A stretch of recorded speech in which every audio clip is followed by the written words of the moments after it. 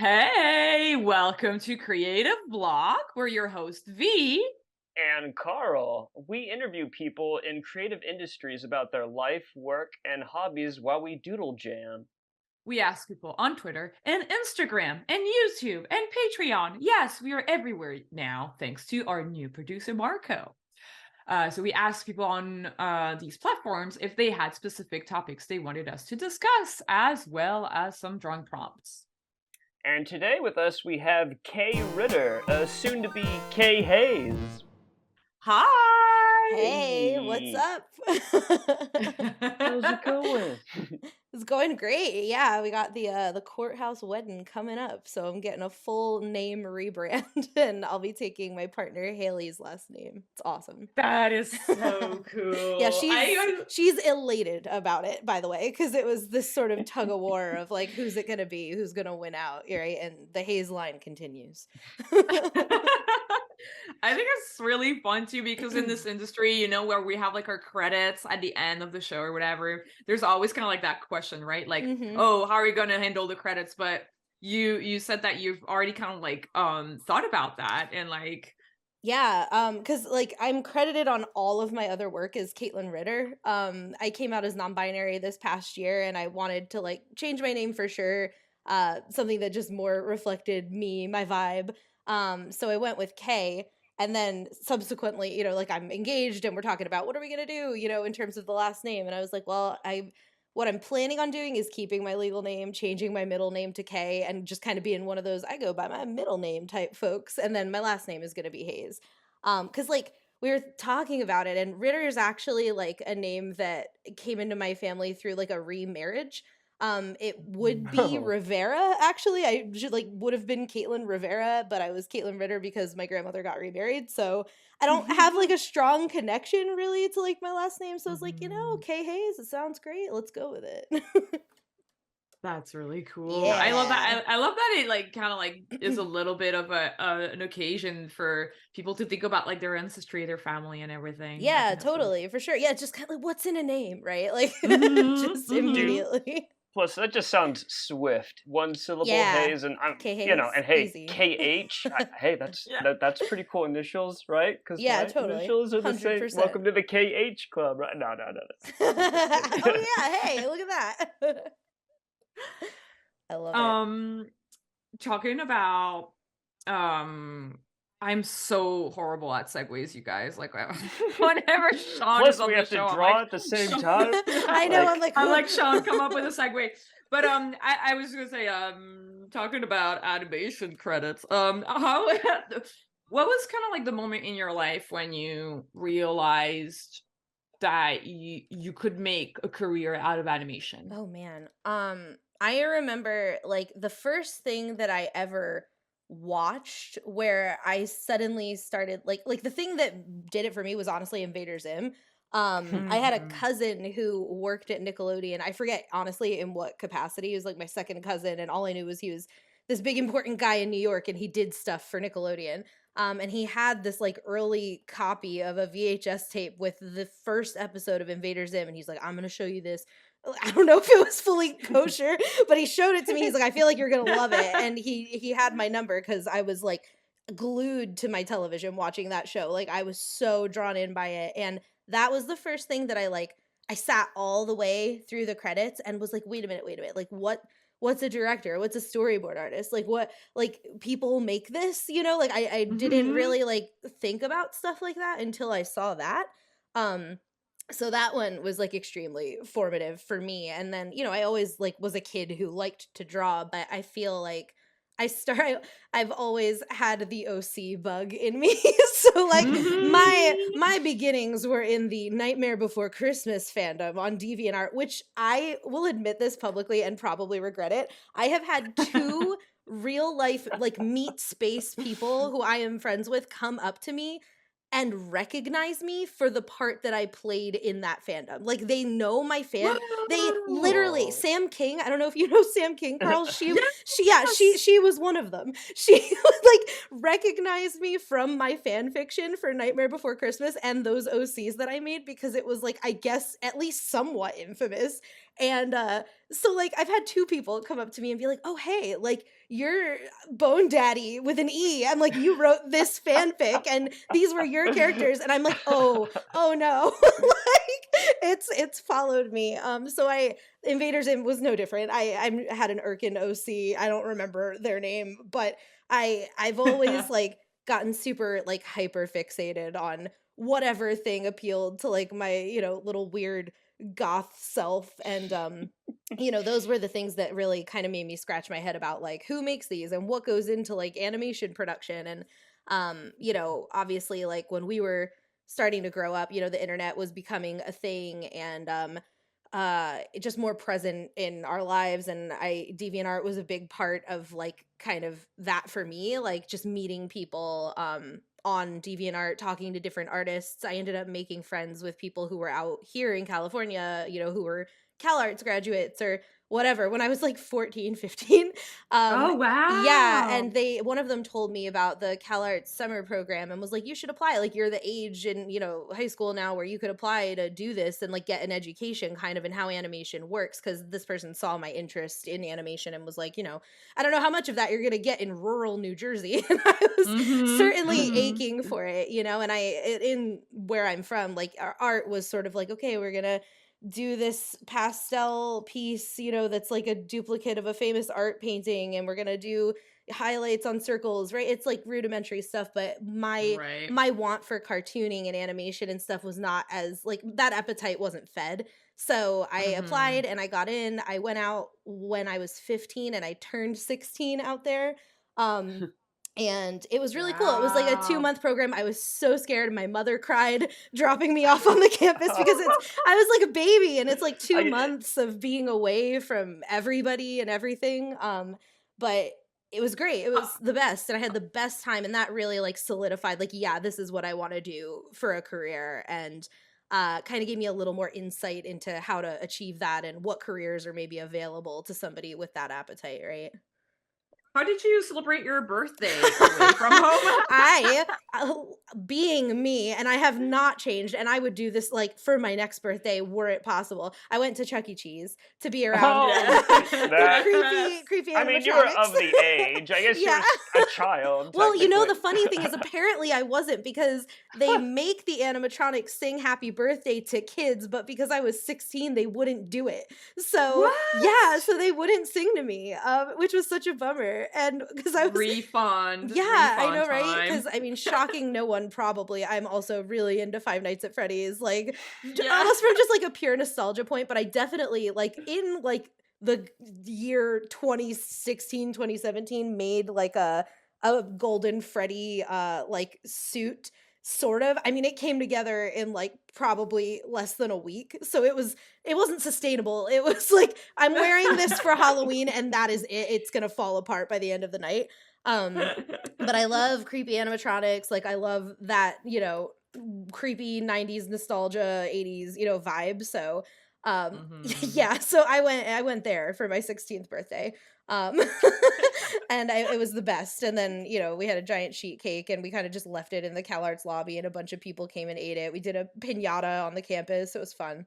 That's so cool. But yeah, I remember that year in particular very well because the very last Harry Potter book came out on my birthday and totally upstaged any birthday wishes from friends. So it was like nobody gave a shit about my birthday that year. They were just like, I'm waiting in line at Barnes and Noble and nothing else is happening today. So I was like, okay, well, I guess it's just as well that I'm in California. None of my friends remember. Wow, that's so crazy. Yeah, it was a really good time. I do agree with you that when you said the thing about like cartooning, like there's not a lot of classes, or at least when we were growing up, right? Like there's not a lot of people teaching cartooning. Like a lot of classes are like what you said, like fine artsy, and it's like I mean, it is good to practice, but it's such a different skill than what you need in animation. Yeah, it's funny. They made us do like a political cartoon at one point for a school assignment, which I was like, okay. So I drew some probably terribly, horrendously uninformed political cartoon. And like through that lens, my art teacher finally appreciated like, oh, I see. You want to do like this kind of cartoon. And I was like, no, not really. But like it was just, I think he was of a different generation and maybe just a different, style of art. So he just didn't really know how to encourage my growth in that way. But I actually went back to the school like years later after I had like gotten my first job and everything, and just did a little talk to his class, and I think he got it a little bit more at that point. But yeah, I think it was just really cool. And my parents were always, by the way, really encouraging of me locking myself in my room and being on my little bamboo tablet for hours. And like I wasn't the most antisocial kid, but like, I'd be on my computer on DeviantArt or drawing isolated away from family, and my aunts and uncles would be like, you let her, at the time, her stay in her room all day and do all this stuff, and she should be outside doing whatever. And my parents were like, nah, like, they're good. They're up in their room. Like they're getting their own education, talking to people in California. Like we're all right with it. And I was very grateful for that, because I was getting an education. It was just atypical, but it was fun. That's so true. Yeah, it's funny. You do have to be a little bit of a weirdo kid to be doing Yeah, it's kind of animation. part of the whole thing, right? Mhm. Yeah, it's so true. Yep. So where did you go to college for animation? I did. Yeah, I ended up not going to Cal Arts. I went to I know. No hate. Just, I repping the East Coast. It's all good. But yeah, I went to Savannah College of Art and Design. I had the worst week of my life. I got rejected from Cal Arts, which like from what I understand is fairly typical. I mean, even when I went to CISA, there was God, I forget the artist, which is a shame. But this guy, he ended up going to Pixar, and he was a Pixar artist who came to talk to us, talked about how he got rejected like 3 times. And so it's a tough, it's a tough school to get into. And especially kind of if you're coming from out of state and, certainly like another country or something sometimes. And frankly, I don't think my skills were up to snuff quite yet. So totally understandable. But my parents wanted me in school, and I kind of wanted to get out of New Jersey. So I went to SCAD. It seemed like a cool place. I didn't actually know that much about it, but I got rejected. My first girlfriend broke up with me that same week. So I was like, all right, whatever, just get me out of here. Like I gotta do something. So I went there honestly without very much like research into it. But we toured the city, and it's a beautiful city. I really love that place. We actually, when Haley and I got engaged, we're really weird. We have a lot of Virgo energy between the two of us, but we did this thing. We did a thing that's like kind of weird, but also everybody I talked to about it's like, wow, that's really cool. Like that's a really unique way to do a proposal. Basically, we both knew that we were going to propose, but we didn't know the exact day or how, and we planned a trip. Where we went to Oahu, and then we went to Savannah. I wanted to show her like my college town, and we each proposed to each other. So we knew that by the end of the trip we were going to be engaged to each other, but we didn't really know anything more than that. So that was really cool, and we got to go around Savannah, and she loved it too, and it's just the best. And yeah, so I went out there, and that school's very like it's a very wealthy school. They have like virtually anything you could ever need to make a great film, to educate yourself. I personally found the curriculum a little lacking for some of like at the time like storyboarding resources. And I think it's improved since then, like just from what I've seen in terms of the student work and what I've heard from people there. But I struggled a little bit to feel like I was building the portfolio that like a portfolio that could compete with people at Cal Arts, Right. and at the very least, what could showcase the skills I was hoping to showcase as I got clearer and clearer to my goal of being like a storyboard artist, right? Like I was like, I just don't feel like I have the portfolio pieces that I'm looking for. And I ended up taking like a ton of independent study classes and just kind of doing it myself. Like I didn't really use a lot of my student work to get a job or to use in my portfolio. I just kind of partnered up with like a professor or two, and got them to maybe give me some prompts or help me find some inspiration for some personal project portfolio pieces. And that's kind of how I built out that portfolio and toured that around and ended up getting like my first gig, which was a story traineeship at Blue Sky. Um, Wow. yeah. Do you mean that like you sought out your professors and asked them for Yep. extra Extra work? work. Yep. Yeah, I sure did. but it was all within your school, right? It wasn't Yeah, like any classes exactly. that you were paying on top of SCAD. Nope, it was just Yeah. I worked hard to make sure that I would have the option to have some independent studies. And Mhm. then I just kind of worked with professors I trusted to come up with a curriculum to kind of keep me on task. And Mhm. that was really fun and it was rewarding because it's like I got to do the character designs. I got to do a little bit of like visual exploration for like the locations and then I got to storyboard some sequences. So I had Mm. this sort of whole portfolio that reflected almost like a little feature that I made up myself. And Wow. that, ended up like getting me a job, which was really cool. But it was a lot of like me kind of taking that on myself, and that Yeah. can be Yeah. really difficult. But what I did was I just looked at the portfolios of board artists who had become feature storyboard artists. 'Cause there was a lot of those floating around like on Blogspot back in the day. Oh yeah, You know what I yeah. mean? They were Mhm. just kind of around for you to look at. And I was like, okay, so like this is the work that got that person that job. I'm gonna try to do my version of that. And appreciate and acknowledge the skills that are on display in this portfolio and see how I can learn from that to build something that showcases what it seems like the skills, that need to be showcased or you know what I mean? So, um Yeah.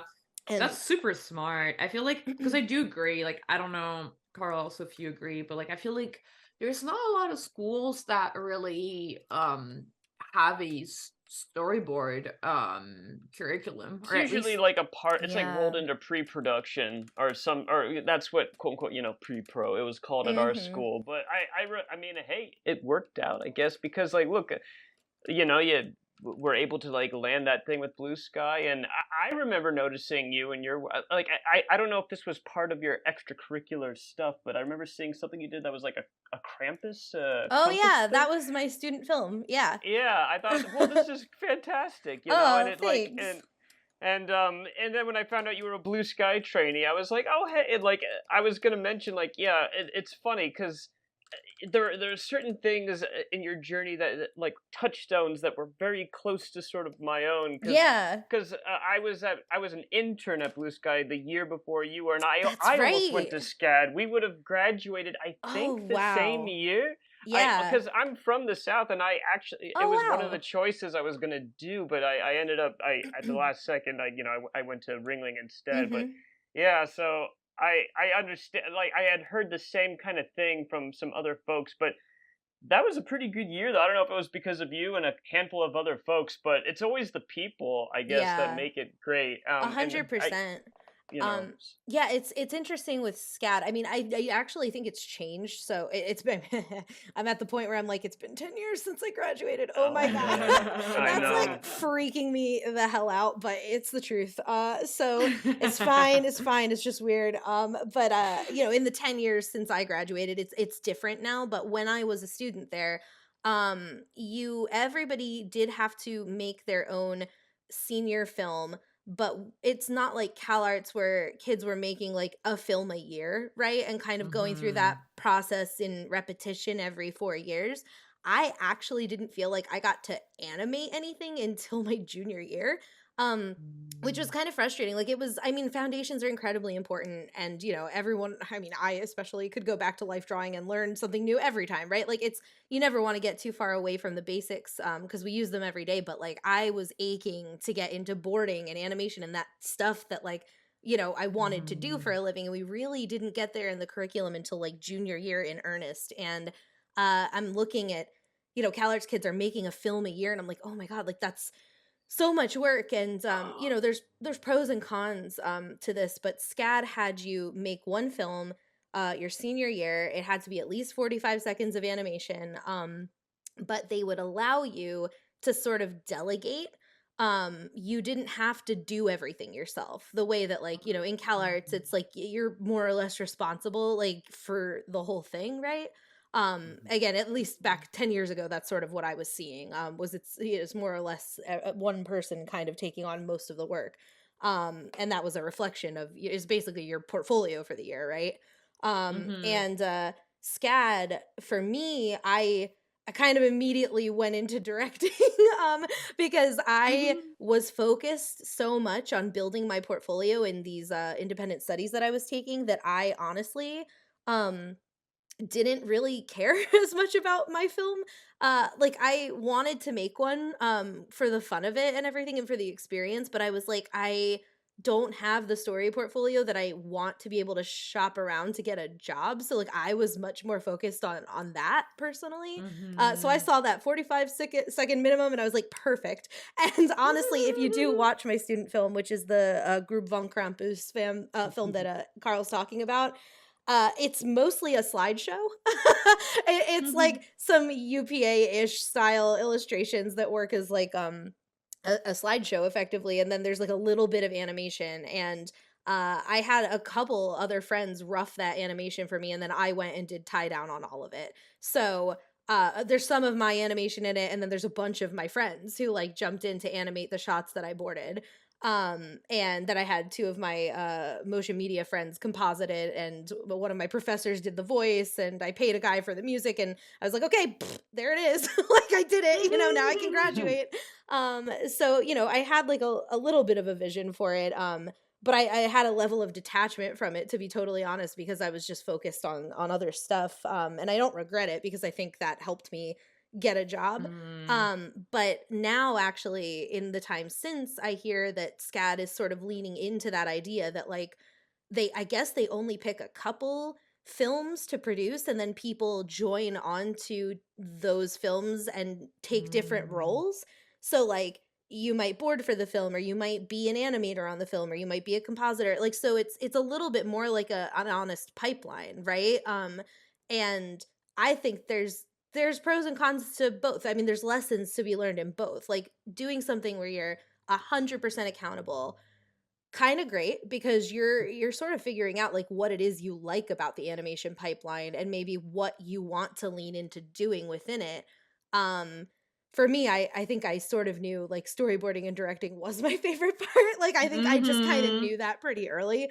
um but some people are still figuring it out, and so I think like making your own film really helps you figure out that stuff.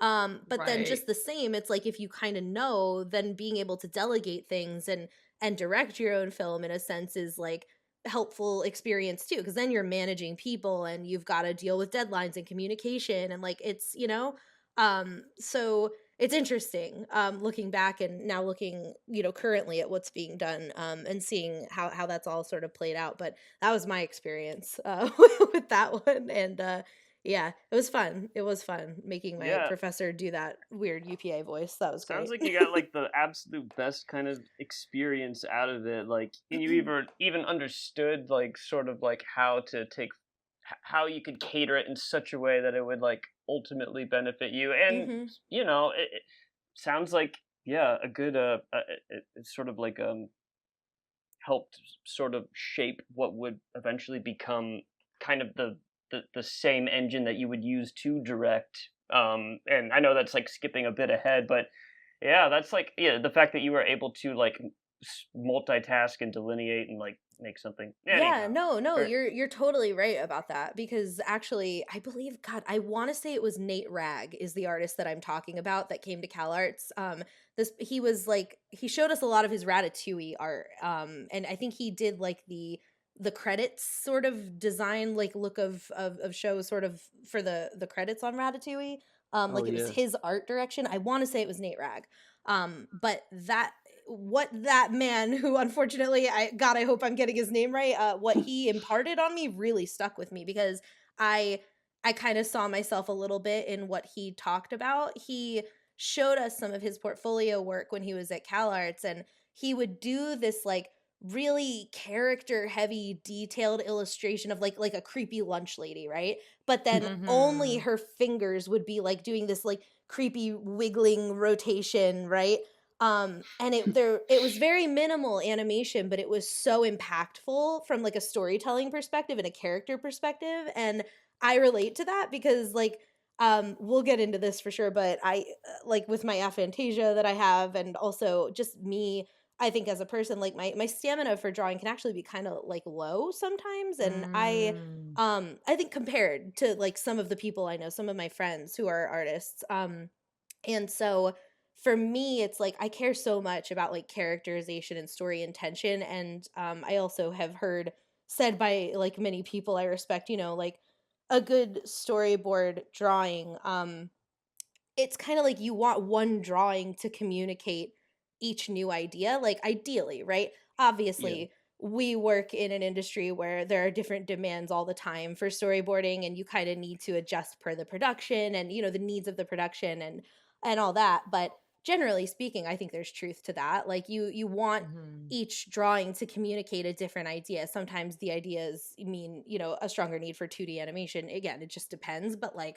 I just relate to that sentiment. I want my story intention to come across in the things that I draw as quickly and as clearly as possible.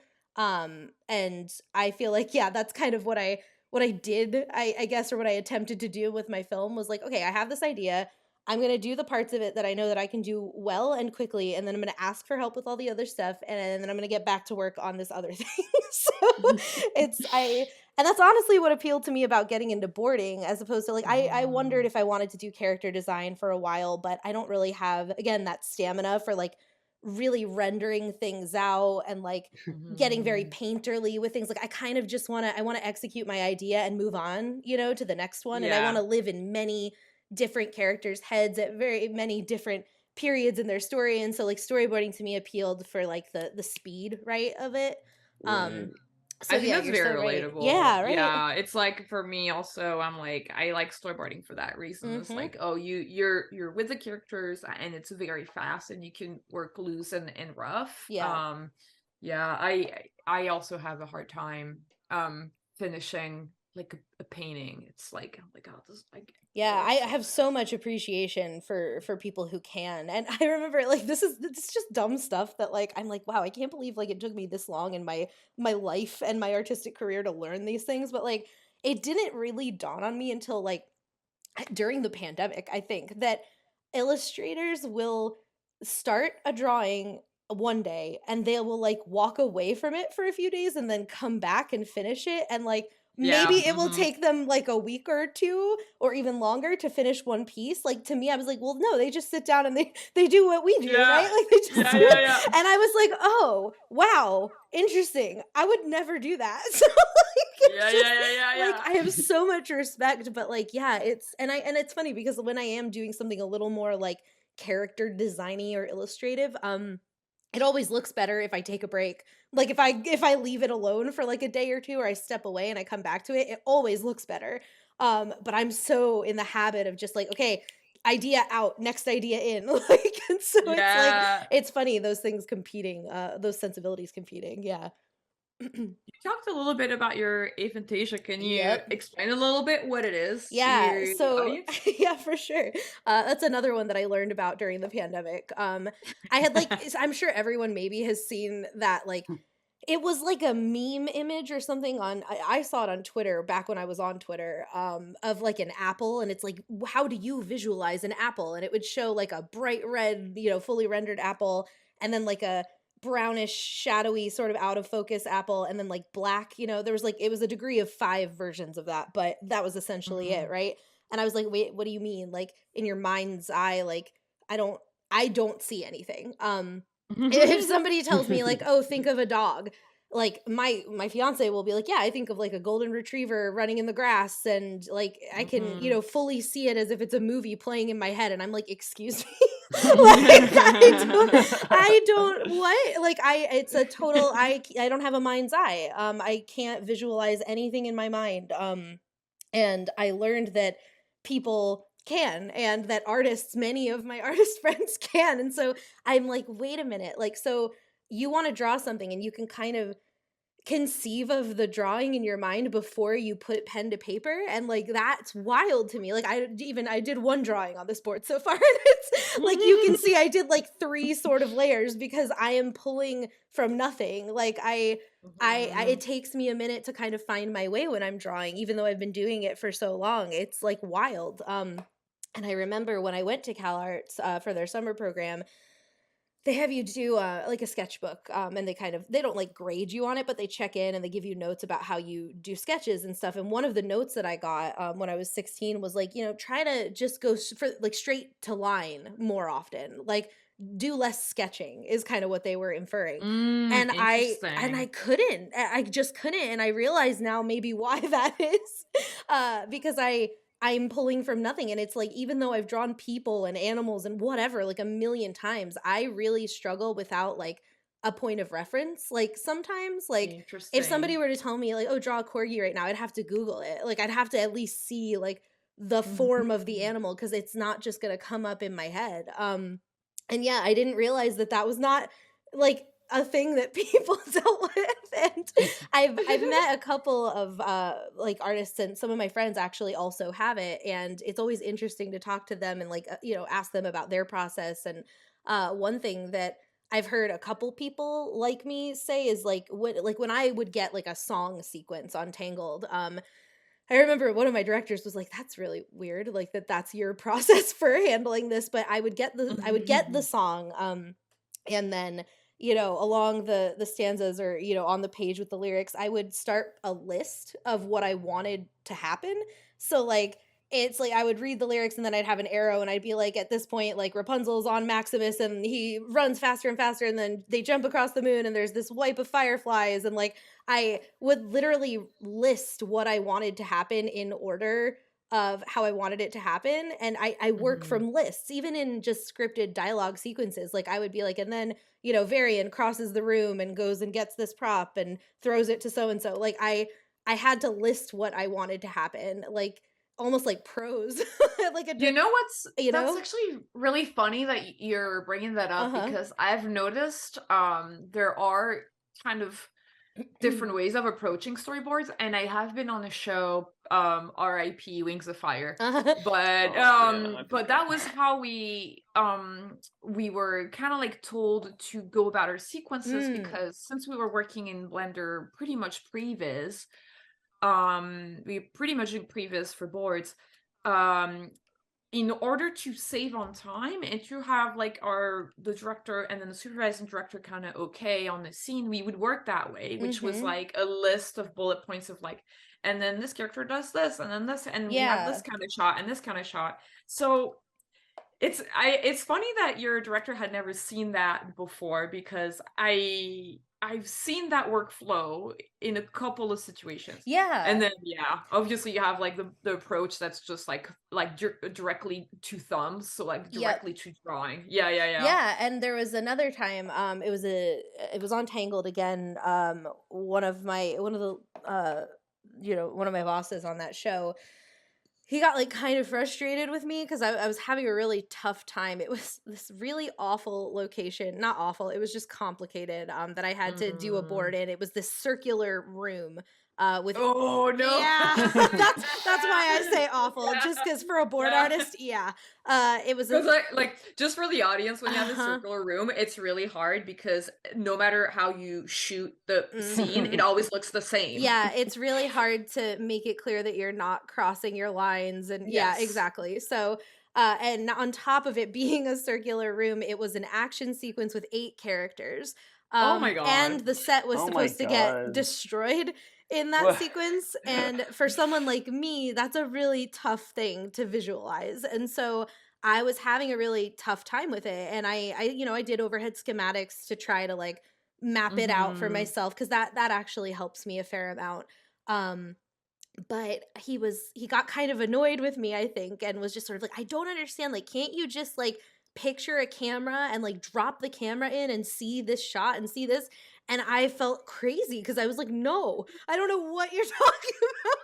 Like, but I guess people can. And so it's, like, I think he just thought because he can that I can. And it's like, nope, I I think it's very common that sometimes artists, like, if especially if you're like a little bit like newer in leadership, or like Mm-hmm. if you haven't worked with a ton of artists, it's very common for someone to assume other people work the Yeah, same work the way. way that they work. Yeah, Exactly. and it's kind of funny that you mentioned that, because the way you work is also it's also a way of working that I've found in adult. When I worked on Captain Fall, that's how we worked as well. We did the overhead schematics, and because we Mm-hmm. were working with people from live action, and that's how live action people work.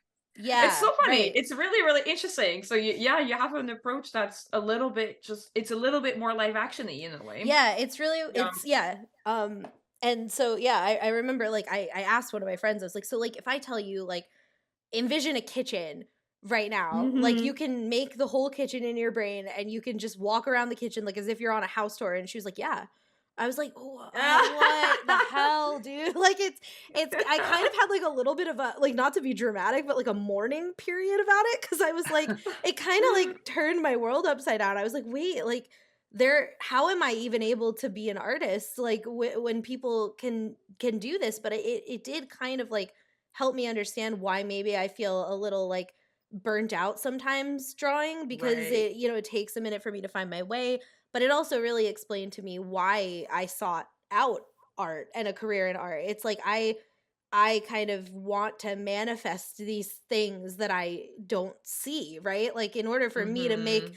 an emotional animatic, of my OCs, I literally have to make it. So that Yeah. impulse to do it is definitely there. And then I learned also Glenn Keane has aphantasia, which is crazy. And honestly, yeah, like you had mentioned, Carl, like kind of Yeah. makes sense.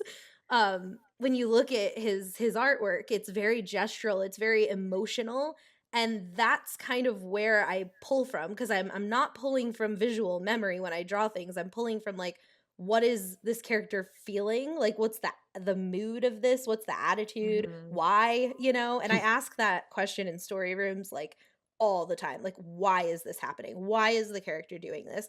What is the emotional truth? And like, I feel like that's something that I can tell in Glenn's art. He really also seeks, and again, just the very gestural, sort of exploratory uh nature of his work.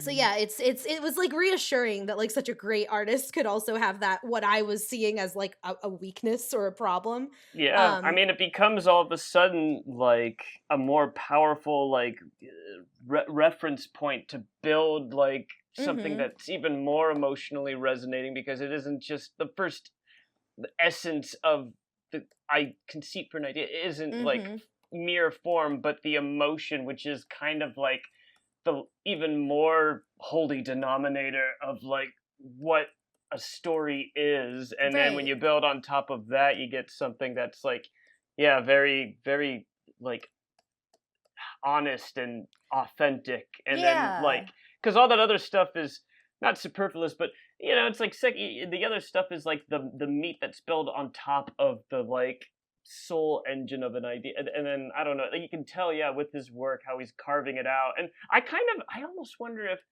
because I feel like I used to, and maybe I do work that way too sometimes, right? I have to like try things out. You have to will it into mhm, existence or whatever, like the way you were describing. And yeah, it's just very interesting. And it's like energy. Energy comes yeah, Hmm. before physicality, yeah, and it's 100%. animation, so that's sort of yeah. I don't know. It's Well, interesting. it's like, yeah, I kind of have to know the why of, something to be able, like, I have to go from there, like it's because I described it as like, I feel like I'm straight aheading everything that I do until I find it, because that is sometimes like, even in my boards, like, I, I don't necessarily have the full thing in my head when I get started. I might have a few shots that I'm like, oh yeah, in this moment I can see very clearly. And I might try to work towards that, but there will be holes, and I'll have to figure out how to fill those holes, and then I'll have to go back and change stuff. And maybe that's like fairly common for other people who don't have this, but like, yeah, I don't know, it crystallized like why I do some of the things that I do for me. Just kind of in understanding like how I make the art that I make, and all that. Um and that was just like a wild thing that I learned during the pandemic. Had no idea that like that was even a possibility. blew my mind a little bit. That's so cool. Yeah. Oh, I love to hear that because I feel like hearing a little bit how people how different artists go about the same work but in different ways. I think that's fascinating. Yeah, for sure. Um and I wanted to ask you a little bit. So you've done storyboards Yes. obviously on Tangled, Mm-hmm. which is a pretty darn awesome show, with a very big fan base. Yes. And then you've graduated to directing. Mm-hmm. So can you also at Disney, right? On Yeah. Monsters at Work. Yes. Uh-huh. Can you tell us a little bit what the difference is between storyboarding and A directing? 100%, yeah. So storyboarding. I was boarding at feature. I after Blue Sky, I went to Warner Brothers Animation Group. And I worked on.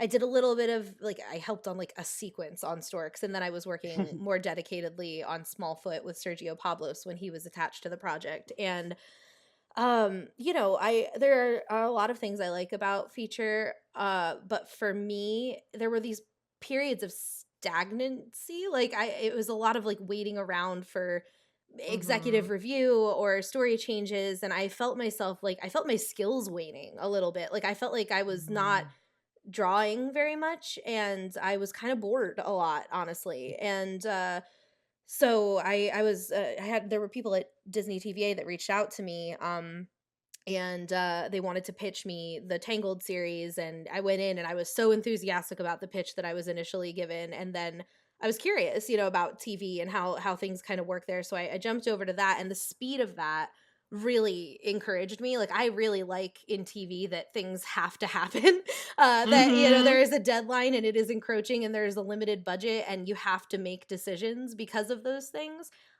Sometimes I think feature it's too much time, too much money, and I think ideas that are really strong can get watered down through too many political factors and like, a lot of even just the too much time and too much money of it all. It's like you have a lot of time to stray from Yeah. what could be a Mm-hmm. really strong idea. And TV, it's like not really. Like you kind of got to just keep moving. Yeah. And there's flaws with everything, there's strengths with everything, of course, that being said, but like I just personally really enjoyed the pace of television and the ownership of television because I felt for the first time like something Yeah. that I boarded, it ended up directly on the screen in front of me, and understanding that level of accountability Yep. was really cool. It's scary but cool. It's like, oh wow, like yeah, Mm-hmm. you really understand how what you do sets the next, person up for success or failure, and you care a lot about your work and what you're putting up. Mm-hmm. And that was just a feeling of ownership to have. And so boarding, I loved a lot about it. I love being able to get into a character's head. I love, I really live for like emotional, like dramatic moments. Like really, I like breaking characters. I like putting characters in, uncomfortable situations and finding both like just the pathos, the comedy and the drama in that. Mhm. And I think like character exploration was my bread and butter within storyboarding, for that reason. And directing, the way I became a director was kind of weird. For me it was weird because I finished on Tangled. I did direct a short, kind of mostly self-directed a short for Tangled, but it didn't end up getting made because Rapunzel was not in it. And so Disney was not Mm. interested in producing it. Oh.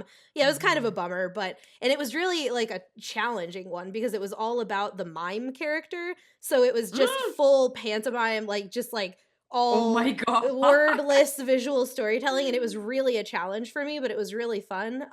So yeah, that didn't happen. So I had like I wouldn't say that that qualified as directing experience because I was really just directing myself, but I at least knew Mhm. that that was something I was interested in. And they had, they talked to me about what was kind of coming down the pipe, and they mentioned the Monsters at Work show, which, had lived many lives in development as like a Disney Junior show initially, as a 2D show or initially, and Mm. then they had like decided, okay, no, it's going to be 4 quadrant premium product for Disney Plus. We're trying to emulate the movie visually and storytelling wise, so we're going to have you test for it just to see, if you can hang with the 3D pipeline and like all that stuff. It had been a minute since I had done feature, so I was like, Mhm. okay. and I tested. And when I when I went to the meeting for them to talk to me about like what the test would reflect and what they wanted out of it, it was just the two main characters, Tyler and Val, on the laugh floor, and they were fixing a door. And that was really it. They're like, don't worry about adding dialogue, just like go full physical comedy, like, like it there was no script really. It was just kind of like that's what happens, so make it visually comedic. And I was like, okay, I'll try and do that. And so I went away and I watched the movie again to try to like study up. And then I started doing the test. I honestly procrastinated for a while because I was kind of nervous. And Yeah. then I did it like that weekend before I was supposed to turn it in. And I ended up like I wrote dialogue. I wrote like a song for Val because she used to play a ukulele. They gave her a ukulele as a prop, so I wanted to use that, and I had her sing this song. And basically, like the long and short of it was, she was trying to pitch this song she was writing to Tyler. While at the time, Tyler's a very different character in this iteration, and he was really focused. He wanted to be like a dedicated handyman, so he was very focused on trying to get this door fixed. And Val kind of clumsily did something that rigged the door to carry Tyler up and out kind of into that giant door vault that you see in the film. And then Val had to go rescue him, and Tyler found himself inside of a kid's room.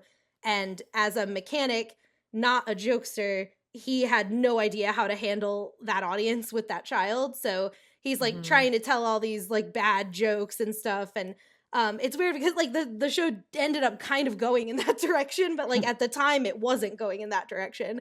So I did all this crazy, totally like the exact opposite of what they told me to do. And I did it all like it was like a fever dream. And then I hit submit, I sent it. And then immediately I like had a panic attack. I was like, oh my God, like what did I just turn in? Like they're going to hate it. They're going to think I was so disrespectful. Like I didn't listen to any of the stuff they told me to do.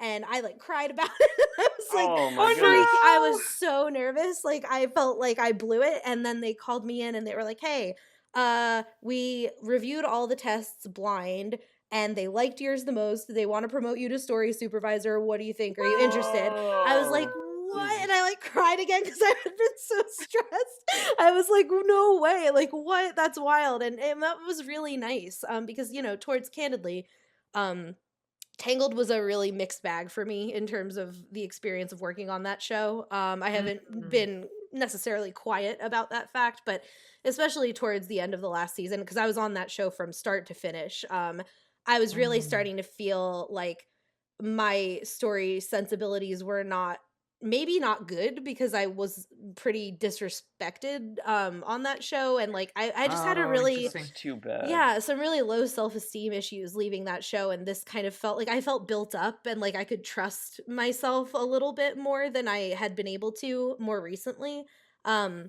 It became one of those shows where you're just executing, and when I came on to Tangled, like I left feature, I was salivating over it, like the way it was pitched. And by the end I was kind of like burnt out and sad and upset. And so it was like a really nice, like rejuvenation of, my appetite for storytelling. And, through that process, honestly, just through some of like the Disney Plus figuring out how they wanted their pipelines to work, that was how I got bumped from story soup to director.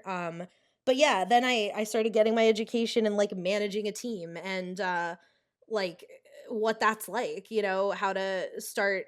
You have to communicate with every single department. You have to delegate. You have to have an awareness of a lot more than just the boards and the scripts. And honestly, that's my favorite part of the job. Like I love to talk. I love to collaborate with people.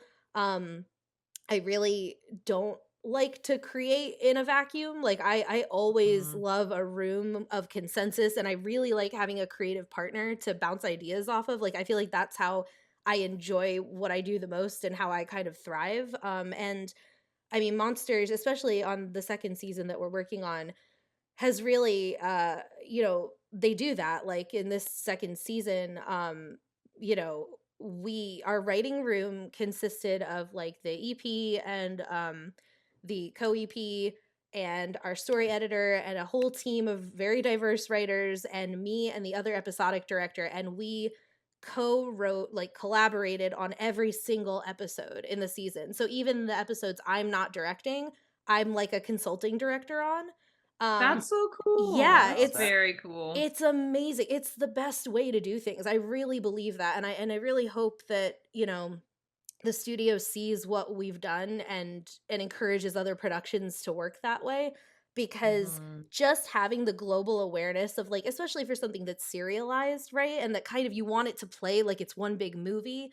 um Mhm. it's important because I have an awareness of the story points that, my fellow director Shane Zalvin, his episodes need to hit, and he's got an awareness of mine, and I can answer questions about his episodes. I'm sure he can answer questions about mine. Like, it's everybody is like very aware of the collective storytelling goals, and that was just really, it's been my favorite part of the whole thing, and I hope to be in many more rooms like the one that I've experienced on the show. It's been my absolute favorite production to work on, especially this dude, second that sounds season. amazing. I It's can't like it. great.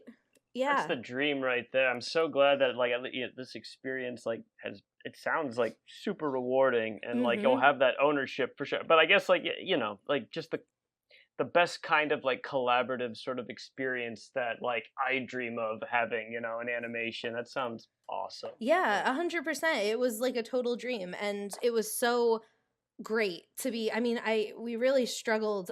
I'll speak just for myself, but I really struggled on Tangled because I felt like if I had an opinion about, the way a character was being written or treated, or a story point that didn't seem to make a lot of sense, it was scary to vocalize that and to bring that up. Mhm. And it felt like, you were threatening someone's intelligence or whatever every time, or you were being insubordinate, and I Mm. have not once felt Mhm. that way um on this production. It's just like people want to hear from everybody. It doesn't matter. Like, even outside of that room, it's like whoever you are, like on the crew, if you have an opinion, REP is like, he looks out to the entire theater and says, "What did you guys think?" And he really genuinely wants to know.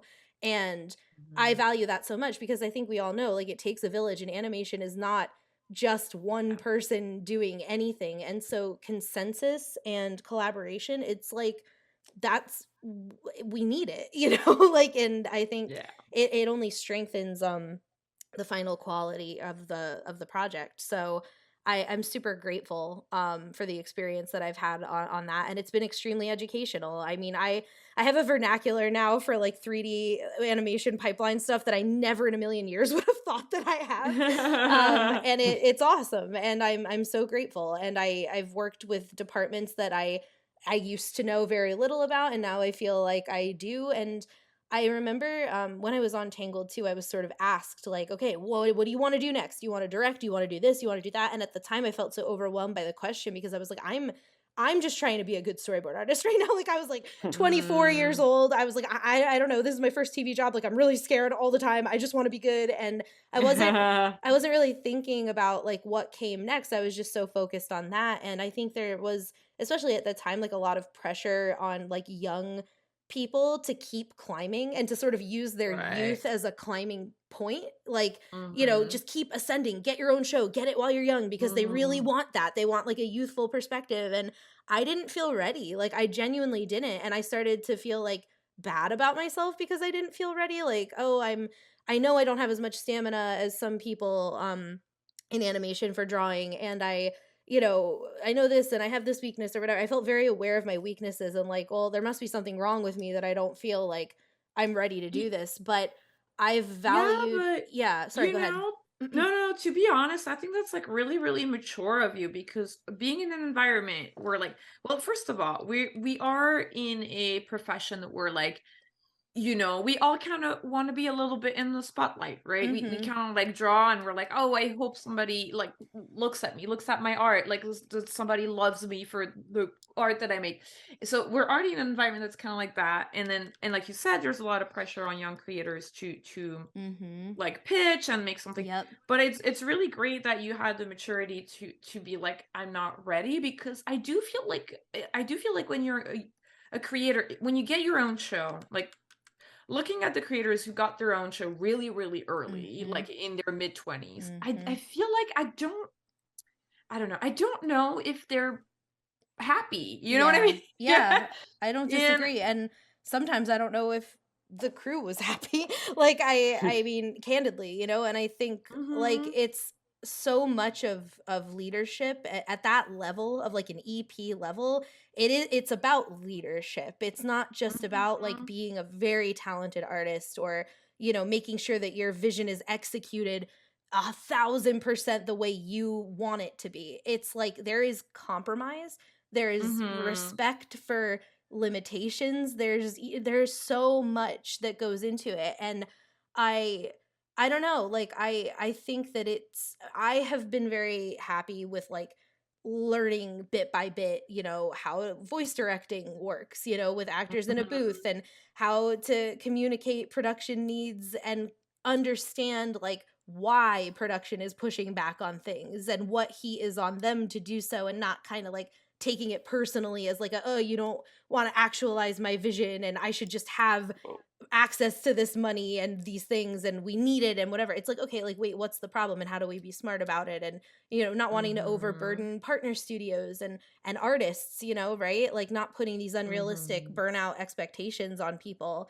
Um Kind of just like figuring out like what's worth it, right? Like why, cuz to me it's like art Mhm. and making art is something we do at a point of like it's sort of like our highest brow, right? Like, and so Mhm. we want to put beauty into the world and like make beautiful things. And so if that process starts to feel ugly and not beautiful, I'm like, why are we doing this? Like it should not kill us, it should not hurt people. Mhm. And yeah, so I don't know, like I've at times felt like insecure about like not wanting to pitch things, and like Yeah. being kind of Mhm. avoidant of that because I've been asked and I kind of retreat and I'm like, "Ugh, I don't know." And only recently am I starting to like dip my toes into it and like have those conversations. But it's like Mhm. I'm okay with going slow. You know what I mean? And I've learned a lot. And I think like the best part of directing for me is like allowing other people to do their thing and giving them the Yeah. space to do it and the trust in it. Um and just responding to it. Like that's kind of what it really is like you trust people to do what you know that they're good at doing and then you respond to it. And also something I really try to do with board artists specifically is like explain why. Uh there were a lot of times where as a board artist I would see my work come back in the animation or in the story reels, and a lot would be different and there'd be a ton of revisions and I'm like, wait a minute, whoa, like how do we get from point A to like Z like this, right? Like what happened? And not Mhm. because I have an ego about things changing or whatever, but because I didn't understand why the change was made and I just wanted to know, and Mhm. have that communicated to me. And so, I think especially like monsters because it's 3D, Mhm. what we were sort of asking of our board artists was maybe a little different than what your standard kind of TV show is. Like we were really kind of we had some more like feature-ish kind of asks for like how do we like imbue this scene with more and like really find like the genuine pathos in the scene, the genuine comedy. Like we would take pitches on scenes and like it wasn't just like okay, execute. You know what I mean? It was like make this Mhm. great. We want you to own this and like find the best idea. It wasn't necessarily about the drawings or the animation. It was more about the ideas. And you ask that of artists, but then it gets very personal because they really put themselves on the page and they advocate Yeah. for those things. And so to me, I knew it was going to be really important to explain when those things changed, like why they were changing. And Mhm. sometimes there's not a good answer. Sometimes it's just like it was unproducible. Like Yeah, yeah. we had well, to, and it's But that's still a an good answer. explanation, Yeah. like, and exactly. I feel like Yeah. they would probably appreciate that honesty, and it's better than Yep. just being told just because, and like, not Mhm. to Yeah. name, but I've been in this situation where like I like having an explanation because I put a lot of, because Yeah.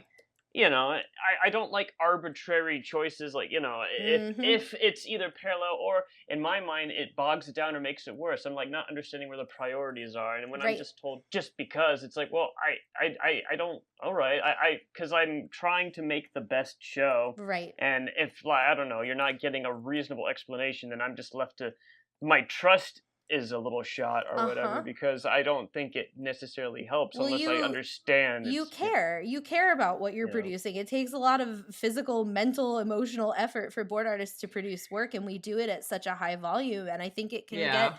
taken for granted in the midst of the Mhm. chaos of production, right? And Yeah. so to me, even if the answer wasn't a good one, you know, I would at least try to supply it, because I never wanted an artist to feel undervalued or like their perspective on a scene wasn't valid or, you know, couldn't work in a different situation, because it could absolutely, you know, but it's like, well, we realized that this story arc needed to move forward, and so this moment kind of undercut that. Like it's like literally just taking the time to like Yeah. explain, I think makes such a difference, and also just helps like the dedication of the artist to your what you're all Yeah. doing. Like it makes them feel a part of it, and it like also kind of crystallizes the collective vision for Yeah. everybody, you know? And if you So, can like acknowledge their hard work and even yep. like I guess if it were me then have an opportunity to even like mourn with them and be like I know it's one of those things where like if this factor or this factor and Yep. you know like yeah that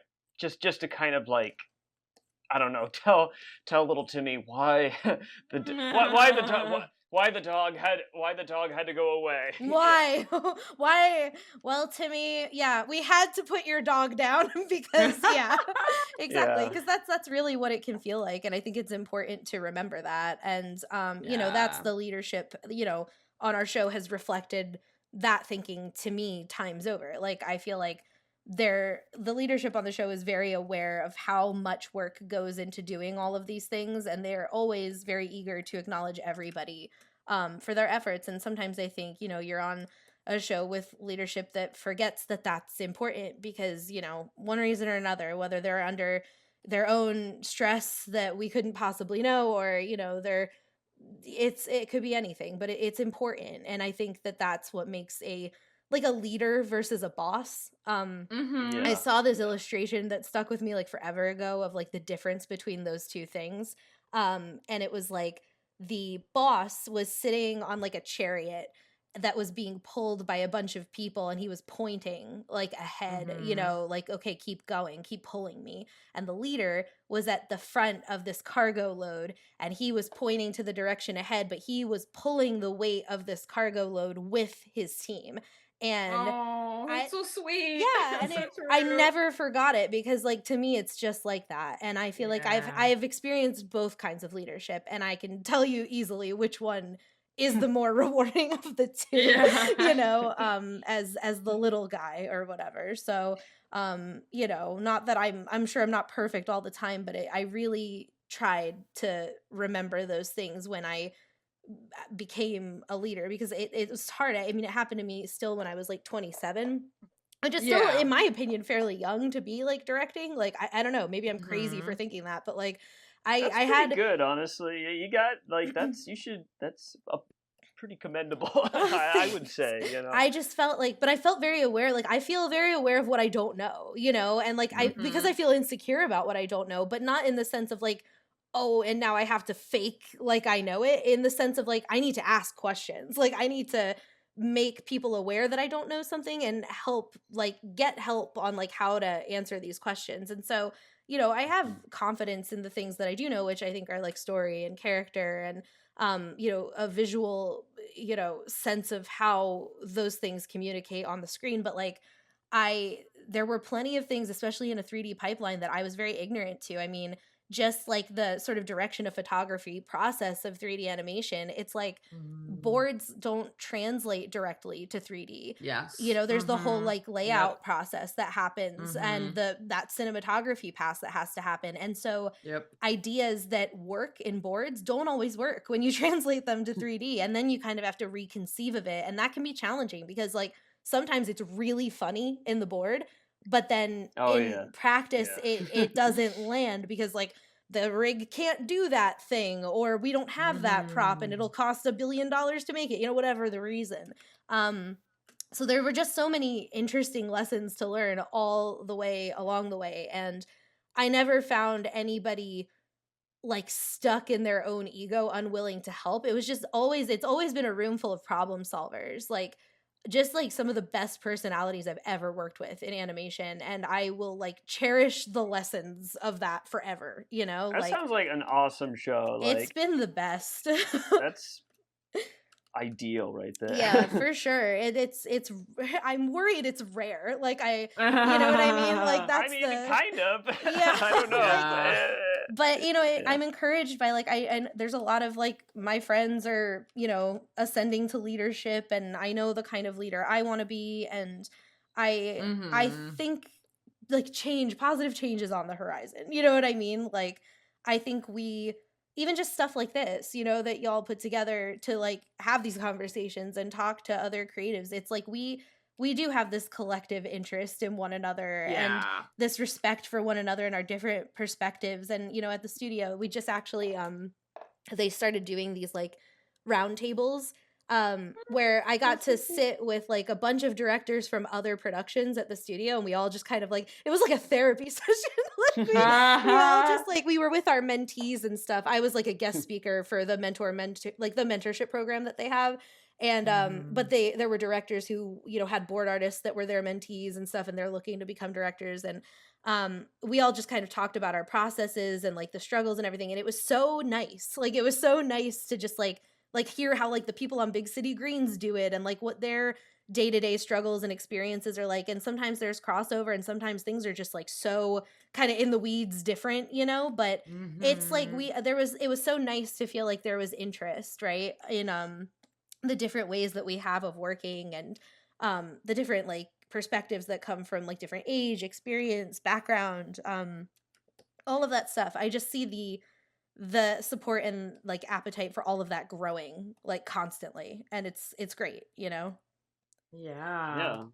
I think that's yeah, that's really great to hear. I do feel like having these like little workshops like you said and talking about leadership and the philosophy behind leadership is really great because it is something that's not talked about a ton online Mm-hmm. because you can't really have a ton of pictures to illustrate it. It's not like a storyboard or like a character design. Like leadership is just like so ethereal. It's just like not concrete. You can't Yeah. have a cool little video to illustrate it in a tweet. Mm-hmm. So I'm really excited when we get to talk about that on the podcast. Yeah, for sure. And to be so mindful about it, because yeah, I always like like I dream of like making a show, and I will say like more and more now, like having been through this production, that like being mindful and aware of like how to make the engine run in a way that isn't harmful, and Mm-hmm. like it is it like that almost seems more important than the initial. I like getting an Mm-hmm. idea that they like that gets greenlit. It's just sort of luck. That doesn't really make you special. What Mhm. really makes you special is like I guess how you How you drive the execute. car Yeah. once you win the car in like the Yeah. lottery or whatever. It's Yeah, like 100%. Like great art will outlive us all, but in the meantime, we all have to live here. And I Yeah. just wonder sometimes, like, is it really worth a lot of the pain and stuff? Like I hear a lot of people talk about burnout and toxicity on productions, and I think the volume at which I hear these things upsets me, because it's like at the end of the day, we're making like I don't want to belittle it to the point of we're making cartoons, but like we're making art, like I said, and it's supposed to be Yeah. beautiful and put beauty into the world. And so if there's all this like negativity happening behind the scenes, I just am like, well, uh, I guess maybe that'll be worth it to people that have no knowledge of all of this. But in the meantime, there are all these battered people leaving, who are like maybe Yeah, yeah. yeah, yeah. worse for wear. And I just like, I've seen a lot of change, an acknowledgement of that more recently, in a Mhm. way that encourages me. But yeah, I think it's something to be honest about, and it's why I haven't been totally silent about it, because I'm like it's difficult to Mhm. talk about. And I think like people are always like there's kind of always that like, oh, I don't want to get like blacklisted kind of fear or whatever. But I'm kind of like, well, I also definitely don't ever want to like feel abused by a production again either. no, yeah, and You know what I Yeah. mean? thank And goodness you so will. It'll make for a better, more sustainable world for us all, and like yeah. it's so needed. And even I have been like trying to unlearn Mhm. toxic work habits because I was almost like seduced by this Mhm. like ill-conceived notion about like oh, it's about suffering, and that's nothing good. You know, Right. Yeah, and like so you suffer for your art kind of a and thing. Yeah. and now it's like it really does need to be that, because you'll look at something, sure, that's great, but was a horrible experience, and then something that's great, and guess what, everyone loved working on it. It's like, why Mm-hmm. not? Why it literally like doesn't have to be painful if there's just a little bit of mindfulness that goes into it. So it's 100%. Yeah, good there's that you're doing that. It's gonna I want to live in that. in I that want to world, be, right? yeah, Well, and I I'll be on think your show. yeah, and I think like the more that we can talk about these things, like for people like me who are maybe like a little safer, because it's hard. I mean, like when I was a storyboard artist on a show that I didn't feel happy or safe or heard on, I was going through a lot at that period in my life. My dad was dying of cancer and my family needed financial support. My two siblings were living with me in my apartment. It was like that fear of, this is my first industry job and I want to really build up my Wow. name at this studio. And I was working for Disney. That was my dream, and like I Mm. didn't want to leave because of all those things. And also because I did care about the characters and the stories. Like I had an emotional attachment and I felt like that was maybe sometimes weaponized. But I Mm. was afraid and I didn't feel safe to advocate for myself in maybe the ways that I wanted to or should have, until it was much later in both my career and in the advancement of the show. And so now that I feel like I'm in a position where not only do I feel a little safer and like I've got a little more weight to throw around, but like I have more experience in how it can be very positive. Like I think it's extremely important to vocalize those experiences and be very honest about them because there are people who can't.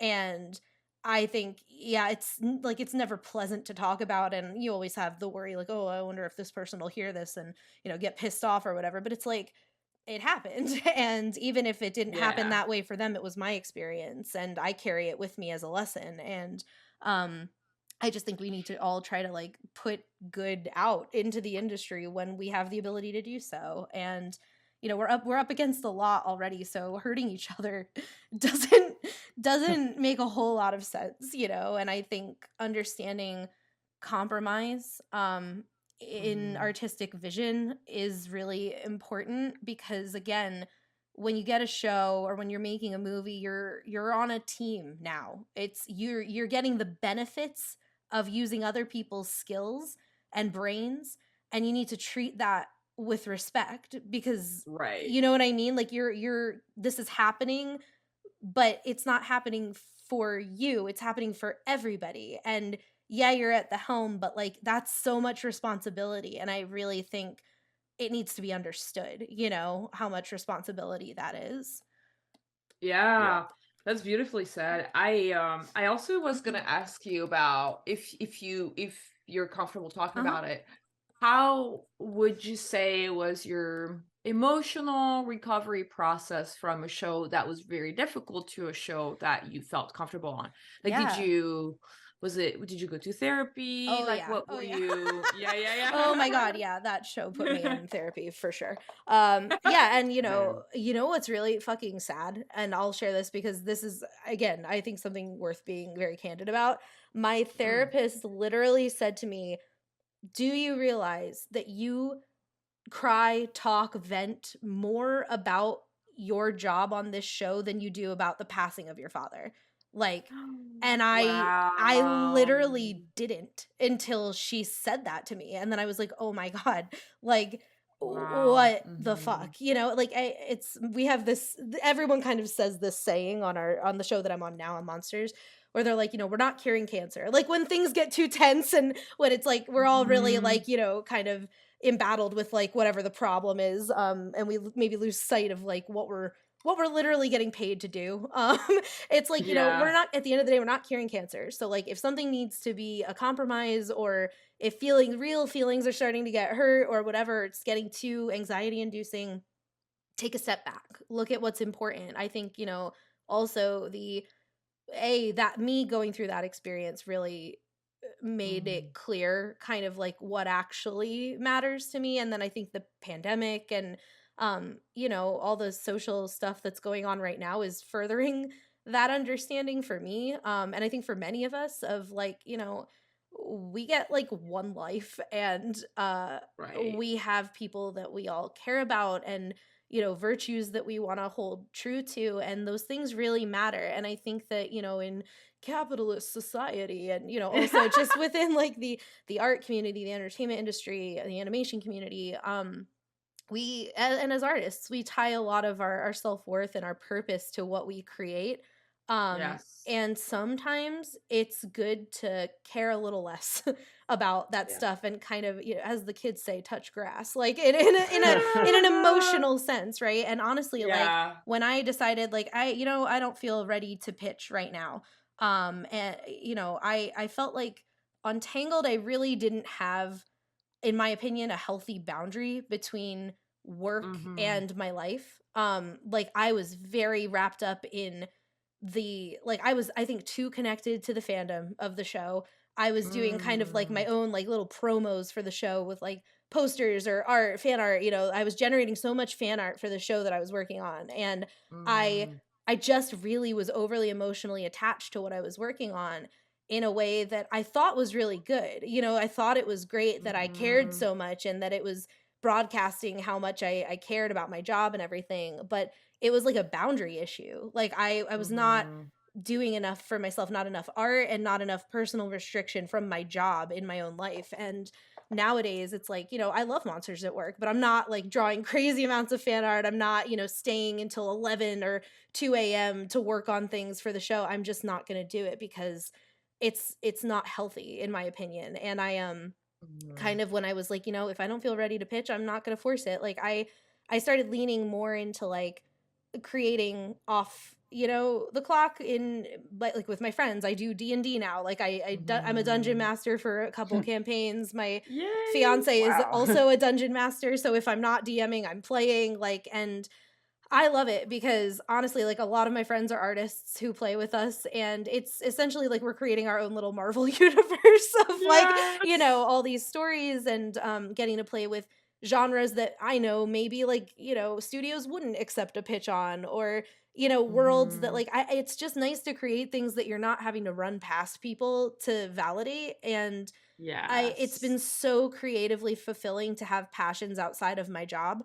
Um and I think through that I've become a better storyteller as well, because I'm building all these worlds and these characters, and I'm getting back in touch with my voice as a creator in a way that you don't lose it when you're doing things for money or for other people. But like, you have to, again, collaborate and compromise, and you don't get to be in charge of every choice. But in something like this, I do get to be a little more in the driver's seat and not have to run things Mhm. by people. And so that just helps me, cultivate my taste and like my, style and everything as a storyteller and an artist. And it's just been rewarding to like give love back to myself that way.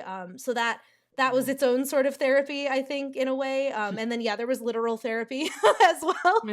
um but I think also I have decided, and maybe this is because of the privilege of the power of being in a leadership position, but I think it's a little bit from what my experience was on, Tangled, was I don't think I'm ever gonna be able to be the kind of person who doesn't vocalize my feelings and my thoughts on things anymore. I don't Mhm. want to go back to being afraid to do that. And if I feel like I'm in a situation where it is, I think I would really examine how good it is for me to remain in that situation in a way that I didn't feel safe to do before. You know what I mean?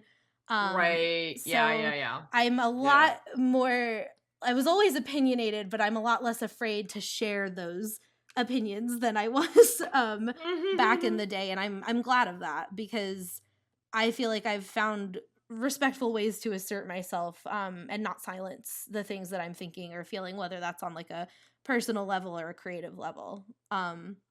And I When you think, talk yeah. about finding respectful ways to assert yourself, I think that's like beautifully said. Is it did you study that skill? Was it something that you learned from somebody? Was it something that you read books about? Like how did you kind of try to learn to be respectfully assertive? Yeah, no, I mean, there's like, it kind of depends on like, is it like a personal issue, or is it like you're just having a difference of creative opinion in a story room? Um, if it's a personal issue, I think always an awareness that there are so many unseen battles that people have in their lives. Like people are going through things that you could never possibly fathom outside of work, and it's good to always remember that like work is just a small fraction of people's lives. So, never tolerating disrespect, but also like acknowledging that that's a truth, right? And just being forthcoming about it and like mentioning it to the person, like if you feel like a line's been crossed or something, like I think it's always good to bring it up. And obviously if you don't feel safe, you can talk to your leadership or whatever, but like so there's that. But then even just like in rooms where it's like, maybe you're not vibing with an idea, it's like hearing people out and hearing the intention is important. It's just kind of like general empathy stuff. But it can be hard because I think we're all very in our own heads. And I think like I try to both in like a like relationship way, but also in like a creative way. Like what's the note behind the note? Like there's that expression, right? Like what are it often comes up in like executive reviews where it's like, okay, they might have given a note that we as a group don't agree with, but like what is it that they're lacking from what we're putting in front of them, and how can we implement it in a way that maybe is more agreeable to us, the people that are like more directly involved in it and don't want to compromise on like our global vision, right? So it's like if they say like, I really don't like this scene with these characters, get rid of it, we're like, well, maybe that's not the issue of, maybe it's not like we get rid of it, but we want to change it because it's not effective, right? That's the note behind the note. So something a little less damaging to the production, maybe a little more sustainable.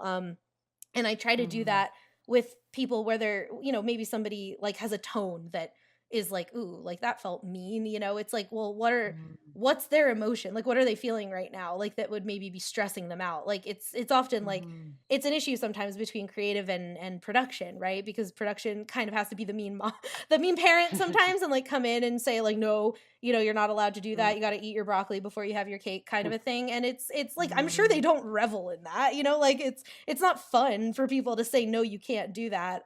So it's never like a personal thing. It's just they're doing their job. They're trying to be responsible for the studio, for the production, for us really, so that we can, have cake across many nights and not just the one time. And so it's, it's trying to hear people and understand what's lacking and not have an ego about it needing to be done or said in exactly the way you need it to be. It's like what you mentioned earlier about like you have an expectation of how people should say something, do something, whatever. But in reality, we're all different people and we're all coming together to do something deeply personal, really, which is make art. And so just trying to be aware of how vulnerable that is for everybody, whether they're seemingly a vulnerable person or not, it is, and I've had it exemplified to me through leadership. Steve Anderson, who was my supervising director on season 1, was a very empathetic, kind, gentle giant who had, he's got teaching experience and was very good at like hearing people out and internalizing and kind of sitting with a thought and a feeling before reacting or responding. Kevin Dieters, who's our EP on this second season, very similar. Just kind of like taking the note and sitting with it and trying to find the feeling behind it. And I think you could apply that both to creative and just your day-to-day experiences with people a little bit. Yeah, that makes a lot of sense. That's so great. I love so much wisdom, y'all. Like you're getting yeah, I'm like, great. Geez, like yeah, like gosh dang it. I think this is a great time for us to go into some questions. We have some really fun questions from Instagram. Y'all, you can ask questions on Instagram now. From artistic.puns. What has been your favorite thing to work on? A specific set of boards, an episode, the whole project, whichever comes to mind first. Yeah, I'd say in terms of like project, definitely Monsters at Work, especially this second season. But I really, this sounds like butt kissing kind of, but like I am sincere when I say like no matter what I was working on, whether it was something like really Disney Junior, like, or sort of a younger demographic that maybe is not the thing I would personally gravitate towards, or if it was like something about like sports that I don't play, it's like I find the thing to love in everything that I work on, and I see that as like kind of the reason for being with doing what we do. It's like I look for the gold in every story and the human aspect of every story. And I get excited about it. Like it's almost especially if it's something that I don't really understand, because then I have to find an entry point for someone like me, which just kind of broadens the scope of who it can appeal to, I think sometimes. Like Yeah. so I have genuinely I have enjoyed something about everything that I've worked on, because that's kind of how I try to approach these things. And working with Sergio Pablos on Smallfoot was incredible. He was drafting his like version of a like a pitch Bible for Klaus at the time, and he shared that with me before anything had really, they had started on it like preliminarily, I think, but it was incredible, and I cried like 4 times reading that Bible. So that was an amazing experience that I got to have working with him on Smallfoot. And then Tangled, I was so lucky.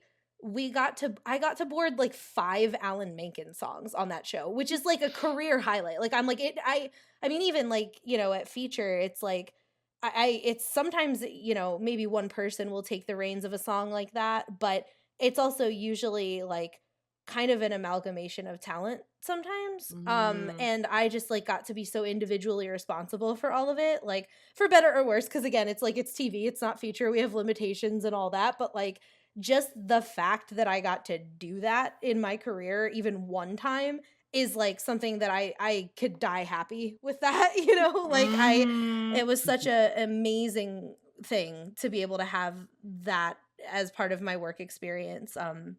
Just like, the guy who wrote all the songs that I grew up on as a child, and to have any connection to that was insane. And then Monsters, I would say for the culture of it, it's just been like the most collaborative, like I said, especially this second season, creative experience, and so many laughs, and just really talented, helpful people. I love boarding. Like if I'm boarding, I love boarding songs the most. Like I just love it. It's so fun for me. Nice. Yeah. That's probably my favorite thing to board, but I do also really love like anything pathos, like anything where you're really getting into a character's head. And I had it actually, my favorite thing I ever boarded on Tangled got cut, which was a bummer because it just changed in the story, and I don't really know why, but it did. And it was like a nightmare sequence of my favorite character, like having this awful nightmare where like he couldn't save his father, who like for at least a period in the show, spoiler alert, he's not dead, but he's like crystallized and like, effectively dead to this child. And I boarded that sequence. That was actually the first thing that I boarded after my bereavement when my dad passed away. Oh my god. Which like it sounds wow. bad, but like I actually asked for it because it was kind of like I was in that headspace of what it's like to lose a parent and to feel helpless, and I just felt like it could be cathartic for me, and like I had something to bring to it, and I really enjoyed boarding it for that reason. And then it got cut, and I was like, damn, that sucks. But wow. so Are you able to share that? It's all been aired. Like, is it online somewhere? It's on my TikTok, I think. I think I threw an old Billie Eilish song over that.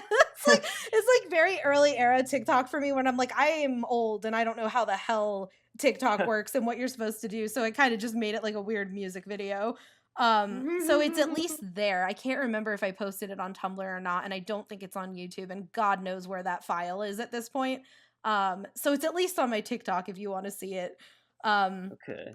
But yeah, it was like a nightmare sequence of him like not being able to save his dad, and then he also got, consumed by this like ichor stuff that was, killing his dad. And I don't know, it was cool visually to do. But any song I ever got to do, I had a blast doing, even if like sometimes the crunch on those things was insane because it's it's Alan Menken, and he's a pretty prolific, busy guy, and so sometimes we just wouldn't get the content until like it's basically due, and then you only have like a week or so to kind of board like a 2-minute song sometimes, and it was challenging, and obviously you want it to be really good because it's Alan Menken and like you care, right? And but it was still fun no matter what. Like I would stay up late to do that stuff just because I loved it, and that was just always worth it to me. So definitely those kinds of things. Yeah, song to me, I forget who it was that said like song is, the point in storytelling where a character, it's where they go. It might have been Glen Keane even who said it, like when the feeling is too big for like anything else, right? Then they sing or, experience emotion through song. And so it makes sense to me that like that's why I love that so much, because I love that emotional shit. Yeah, I'm a cancer. I'm a Yeah. Cancer, by the way, if anyone was Yeah. curious. Hell yeah. Yeah. I love it. All that water energy. Oh yeah. Oh yeah. I cry about literally everything. Like it's like embarrassing. It's funny because like it's so natural for me to cry sometimes that I forget it sometimes like makes people uncomfortable. And I'll just be like sharing something and then I'll just kind of cry and then I'll be like, okay, well anyway, bye. And they're like, are you good? Yeah. Yeah, it's pretty normal for me. We have an interesting question from at pencil shavings 13 on Ooh, Instagram. okay. I think you kind of covered the how did you break into the industry part, but I like the any advice for an upcoming senior who's about to start an animated thesis. Yeah. Oh, an animated thesis specifically. Yeah. I would say, I mean, the best advice I've ever heard about like developing a portfolio or making a film or anything is don't create or produce something that you don't want to get paid to continue to produce. Because Yes. yeah, you want to do something that reflects you and your sensibilities and the kind of projects that you want to attract and work on. If you make something that maybe is impressive on some merit other than, potentially your interests, like you might get employed to keep doing that thing and then you might be miserable. So I think Yeah. it's just important to like hold true to, you know, your taste and the things that you enjoy about art and the process, the content, all of that. And try to execute based on that, because that'll also give like recruiters and whoever a pretty good insight into the kind of person you are and like your perspective on the world. And that's really what storytelling is all about, is offering your vantage point on something, your comedy, your flavor. That's how you are valuable to a production, is offering your unique set of eyes and your experience to something. So I would say that's probably the most important thing to do. It's good advice. Yeah. Very Yeah. good. Get the most out of the experience. Yeah, yeah. And, Mhm. your calling card or whatever. Yeah, Yeah. 100%. Yeah, like just find that stuff that you want to see more of and like put it out there, especially when you're able to as a student, because like, Mhm. we get paid to make things, and often we don't get to decide what those things are. So Yeah. I would say just, put out stuff that represents you and the kind of stories that you want to see more of and help tell. Don't run from that, because yeah, now's your time to do that. Very true. I think that kind of answers also Manly Bunny Mm-hmm. Artist, who asks what advice you have for putting together an animation portfolio. In Yeah. particular, what kind of things do people in the industry look for? I feel like kind of what you were saying was like your personal point of view and Mm-hmm. what you're excited about. And I think I very much agree. I feel like I don't know about you guys, but I feel like I've always gotten hired on cool projects through my personal art rather than through my professional art. Mm-hmm. Um, I don't know if Yeah, you guys feel I that. mean, I do. I had somebody talk to me about my what is it? Richie and Eddie fan animatic from when I was like super hyper fixated on the It 2 movie. It's just like literally like just a thing that happened to me pre-pandemic. Sometimes it hasn't happened in a long time, and I think it's because I started getting into D&D that like now I'm really fixated on like my own stuff, which is kind of nice because it can't you can only let yourself down in that situation. Yeah. You don't have to worry about an actor coming out and saying some really awful stuff and then feeling really bad that you ever assigned a face claim to a fictional character. You know what I mean? Just saying. So maybe it's a good thing. So like, yeah, but I did have somebody talk to me about that, and I was like, oh my god, like I forgot that like people see what I post sometimes. But yeah, like I think but I think like the sensibilities of that animatic in terms of like the horror and the romance and whatever, forgetting that it's like a fan animation or whatever, like came through, and I got complimented on it. And it's kind of like that thing I said about that Nightmare Before Christmas fan fiction, and how like real people have come up in my life and recognized me for my contribution to the Nightmare Before Christmas fan fiction back on the DeviantArt days of old. And I'm like, that's terrifying, but I guess something memorable was said in my fan fiction that stuck with someone. So there was some part of me stayed in that story and it resonated with someone. So yeah, you know, just be true That's to so yourself. funny. It's relevant art, you know. Yeah. I mean, Yeah. I don't know. I do agree. I do think it's cool. Like when people are like, "Wow, that like impacted me enough that I remember it, and I remember you." I don't know. I think Yeah. that's cool. It's like, I think it's only embarrassing because of like the age I was when I made it, and it's like, oh my god, like I don't even remember like what all was said and written, but like the fact that you remember me from it is kind of terrifying. But yeah, I mean, it's definitely nice. It's wild to me because I actually like met like a lot of like friends from that time in my life, and people that were just like very influential to me for like a long time through that fandom. But it's, you know, that's still being honest about like the things that you like. And I mean, I know like it can be polarizing with like fandoms and stuff these days online and all that.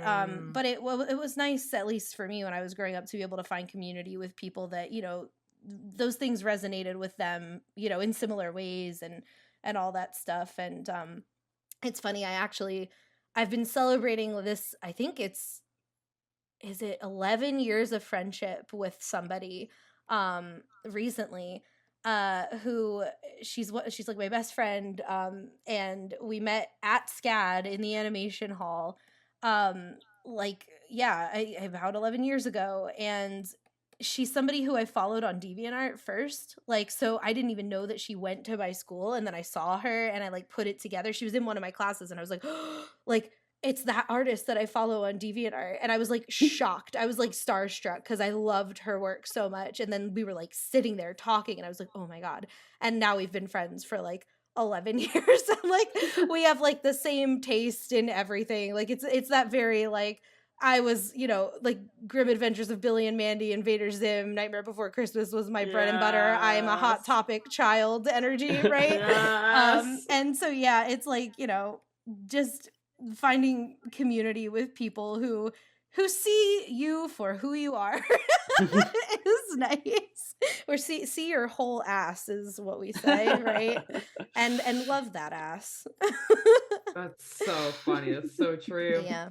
You gotta Do be you- self-indulgent sometimes, I think. Like, I think so. I think it's underrated I to be agree. self-indulgent in art. Like I feel like especially in our industry, sometimes Yeah. it can be easy to get caught up in like, oh, I should put out More content, more original, whatever. Like, it's or like this studio style, this other people's Yeah. style. Like I have to fit within these parameters or outside of my parameters. And I feel like sometimes it's okay if you want to draw your DeviantArt OCs. I agree. It's I 100% agree. I mean, like I said, you know, what got me into animation was my love of content that I watched. So it's not like shocking to me that sometimes I want to draw art that commemorates, you know, the things that I see that visually interest me. And, you know, I think we're collectively as a society, hopefully, and I feel like I see it getting away from like cringe culture, you know, and like I'm like cool because like let people enjoy things. There's enough horrible shit happening in the world. Like, why are you making it your business to judge people? But like to the 11th degree, that's how I feel. Like whenever I like I did have like a worry for a minute when I started drawing like a ton of indulgent D&D stuff that like a lot of the people who followed me on like Instagram and Tumblr and stuff, they were following because of Tangled, you know, like they, and the fact that I continued to feed them kind of outside of working hours, outside of the show, more fan art and stuff, I think was an appeal and a draw to people, was they knew that they could continue to get like content that was not canon, but like from a credible source, I guess. And Mm-hmm. I've definitely seen like those people drop out, a bit from like, Interesting. but new people have come in, and I feel like those people that have come in are more about the stuff I really care about, and like more Mm-hmm. about like my taste and everything. And so like that appeals to me too, because it's like, eventually I was going to move on from Tangled and work on something else, and I like getting to speak with people who understand now more like the tropes that I'm attracted to and the types of characters that I Mm-hmm. make and like my humor and stuff. And so yeah, like I felt weird about being indulgent about D&D stuff for a minute, because I had that impulse of like, oh, but like it's not relatable to other people. But then I was like, I don't really care. Like I like to draw me and my friends' OCs. It makes me extremely happy. And even though there's not a lot of context for it, like I think people find things to appreciate. They get things from little nuggets of stuff that I share. And now, because this is a hobby I've been indulging for a minute, I'm actually trying. We'll see if I stay on track for it, but I'm gonna try to release my first like ever homebrew one shot, and publish it like online. I think this Halloween. It was like a Halloween one shot that I ran for.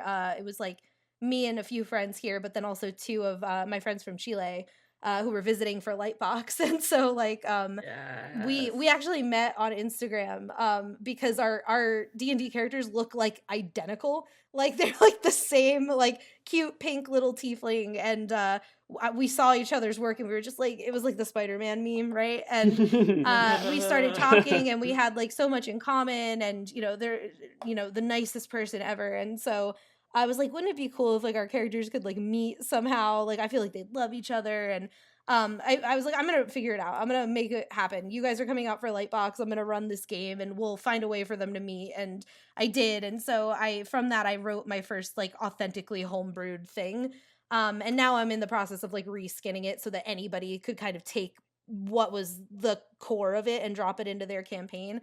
I'm gonna play test it this summer with some more friends to make sure that functionality is working. But yeah, I'm excited about it. It's just like, and that's just something like I don't know, like prior to the pandemic, I wouldn't have seen myself pursuing. It's because it's not pitching and it's not generating content that like maybe is associated with Right. at the time my brand or whatever. But I've gotten really into tabletop role play stuff and like storytelling that way. And so I'm like, cool, like now I'm gonna like try a little bit of self-publishing and like see how that goes, and if that's a thing that I really enjoy doing. And sharing my storytelling with people in a way, again, that's like I don't need any approvals from like a company or anything to do it. Like there it is, like it's just out there, and people can get a sense of me and that's just cool. So it's Yeah. intimidating still, because you're like offering your work up for some level of scrutiny, but Yeah. I'm excited about it. I think it'll be fun. So like yeah, Yeah. it's tough when you're suffering a lot from like, I mean, like there's literally a thing that would happen on unnamed project where we were directed not to give a character a certain facial expression because it was too negative for that character to display that emotion. And I'm like, but what if that's the emotion they're feeling? Like it became like an appeal thing instead of like an emotional honesty thing. And I'm like, what the hell, dude? Like that's just like such a weird parameter to put on a character, and it's like immediately going to make them not relatable, you know? Yeah. It's so yeah, I don't know, finding the honesty and all of that stuff is That's important. really And funny. I do agree. Like I've also been on shows where like we've been asked, it's a show in France, so I don't think it really matters that I say what it is, but they were like, "Oh, you can't have the characters frown because it makes them look angry." And I was yeah. just but then It's you're like like, "Come on." Like for real? Like yeah, can't they be a little angry? Could they be frustrated? Could they be like, just a anyway. little bit of anger as a treat. Yeah, yeah, exactly. Yeah. Um yeah, I love all that. That's so cool. I love that you were able to also talk storytelling through running that like specific tabletop game, because I think that also gives a lot of insight on like storytelling, vulnerabilities kind of point of view and all that. Yeah, 100%. It's like, yeah, it's so fun. And it's intimidating because like one of those games I ran and it was like, oh my God, how many people were involved? It was like, I think 11 people at my table. Like it was Wow. crazy. Like but it was so cool because like everybody kind of had these like relationships with each other. It was like a neighborhood setting. It was very Pleasantville kind of like Fallout vibes for the world that I was trying to build. And so it was a neighborhood full of people, like this whole community. And so there were like family members, there were people who had just moved there, there were people that had like grown up there. And yeah, it was just cool seeing that like world come alive through like this collective effort from everybody. Yeah, it's just awesome. Like collaborate with your peers because they're smart and cool. I mean, like I was so inspired like by you, Carl, like when I saw your student film like immediately. Oh. And honestly, it's funny when you mentioned Blue Sky, I was like, that's right, because I remember seeing your boards on like the server at Blue Sky and I was like, no. it's that guy. Like, yeah. Oh, man. The rabbit thing. Do you remember that? Yeah. The rabbit? Wasn't that what it was? Like there was like some prompt that they had us do about like a rabbit on a farm. Oh my God. I you know, it's funny. I was an intern. Like, Oh, so I had you know, like different. I'm confusing. It was Moss Lawton. Yeah, that's Yeah, who they did also it. were there. Yep. Yeah, so yeah. I think I did see some of your art there because I definitely knew that you went to Blue Sky, and I think it was because I found some of your stuff on the server. But then I also forgot Moss also did it, and I was like, oh, they literally did like the same story assignment. It's crazy, but yeah. Well, was it like oak tree Yeah, or the oak whatever? tree Like, thing. yeah, Yeah. that's there was like a rabbit and like a whole thing. Yeah, I remember all the trainees were in their little area, and I was in my cube. Yep. And I just doing my little summer camp assignments like that were sort of like, you know, some of them were more interesting than like I think I boarded a scene for Epic and I boarded a scene for Rio 2. And just as part of like here you go, champ, why don't you take a crack, not that it would ever go into the movie, but it's like, okay, you know. Yeah, for sure. I don't think I never even pitched my Rio 2 thing because it was like really like it was like blue like lighting up. I should campsite on fire. I wish I still had like the Rio 2 stuff that I did. It was humiliating. Like, no. I mean, it's just like because we did a little bit of stuff for Peanuts and Rio 2. The Peanuts stuff, I actually, it was fun and I didn't feel like it was horrible. But my Rio 2 stuff, I was like, oh God, this is just embarrassing. But I think it was Seth Boyden was the intern when we were there, and I don't know if you're familiar with Seth's work at all, but he's incredibly talented. And his stuff cracked me up so much. Like he was so like I was really envious of the intern assignments. Like I felt like they were so fun. So yeah, I'm sure your stuff was great, and I saw your student film and was totally enamored with it. Thought it was brilliant. Oh, thanks, kid. Yeah, that's and I mean, like sweet. Becky too. I showed Becky to Haley for the first time this past year, and was like, "This is literally my favorite thing in the world." Oh, thank you so much. Yeah, that was a fun. Well, like we've talked about that in the other creative blog, like how that was an interesting journey. I remember just talking about sort of, since we're on the topic, our history. I remember becoming aware of you, knowing that you were like coming out from like you went through the trainee program, but then you were moving to California. Yep. Do you remember there was a weird period where we were almost roommates? Yes, I do remember that. Yeah, it's wild. Yeah, like in that my crappy little Culver City apartment, which I don't think you ever actually saw. But no. Yeah, I needed a roommate and you needed like a place to stay, and it's like, you seem cool, you went to Blue Sky, but then I don't know what fell through. Maybe there was like I can't remember. I think like what fell through was I ended up couch surfing for free for a few months. So honestly, you were better off for it. You didn't want to go to that apartment. It was awful. There was trust water. Me, I had my own shitty Culver City apartment like very kind of quickly after that. I think I couch surfed for like 5 months or so. Wow, it was brutal, but I'm like, I was trying to save that money, you know what I mean? And it was like total like whiplash from like your parents helping you with your first gig out of school to like, okay, now you're in Los Angeles have fun paying rent. Like, so, and for a while, like when I first got to LA, like I came out for a Jib Jab thing where I was art directing on an animated children's book, and that gig was only man. going to be about like 5 months. And so it was a big risk for me taking that God, job. that's probably how I became aware of you, because at the time I was Yeah. like trying to hang out with the Jib Jab people, because Yeah. I never worked for Jib Jab, but like like a couple people from my school like were Mm-hmm. there, and I was, yeah, but I remember like I must have been how we Oh, started to I'm sure. Yeah, correspond. because that's when I was couch surfing, because I was like, this gig's gonna end in like 5 months, and then I'm gonna be fucked until I find Well, something else. hey, that it worked out, It and then did, but like just because it's fun to revisit this, yeah. I'm not sure, but I think were you the one who talked to Jess Beritsky about like greasing the wheels for what eventually became like the opportunity I got? Like, did you talk to her I about probably like? did. I mean, I think you I did. definitely remember your work being extremely I inspirational to me. feel like it was your word and your recommendation that drew her to like Oh, send me the good. story test for Banicula. That's why all throughout Banicula I was like, "Oh man, we gotta Oh, get lunch. I gotta think," and we yes. like never Oh, could, yeah, and it was no, like, it totally was. yeah, Yeah, for Banicula, yeah, 100%. Yeah. yeah. So I have you to thank for that. That was my first gig in TV animation. Before that, I was working on Oh, feature, and word. I consciously pivoted for basically the same reason you did early on. Yep. Like, I wanted the frequency and all that. So yeah, there's been these weird For touchstones real. early on in our career.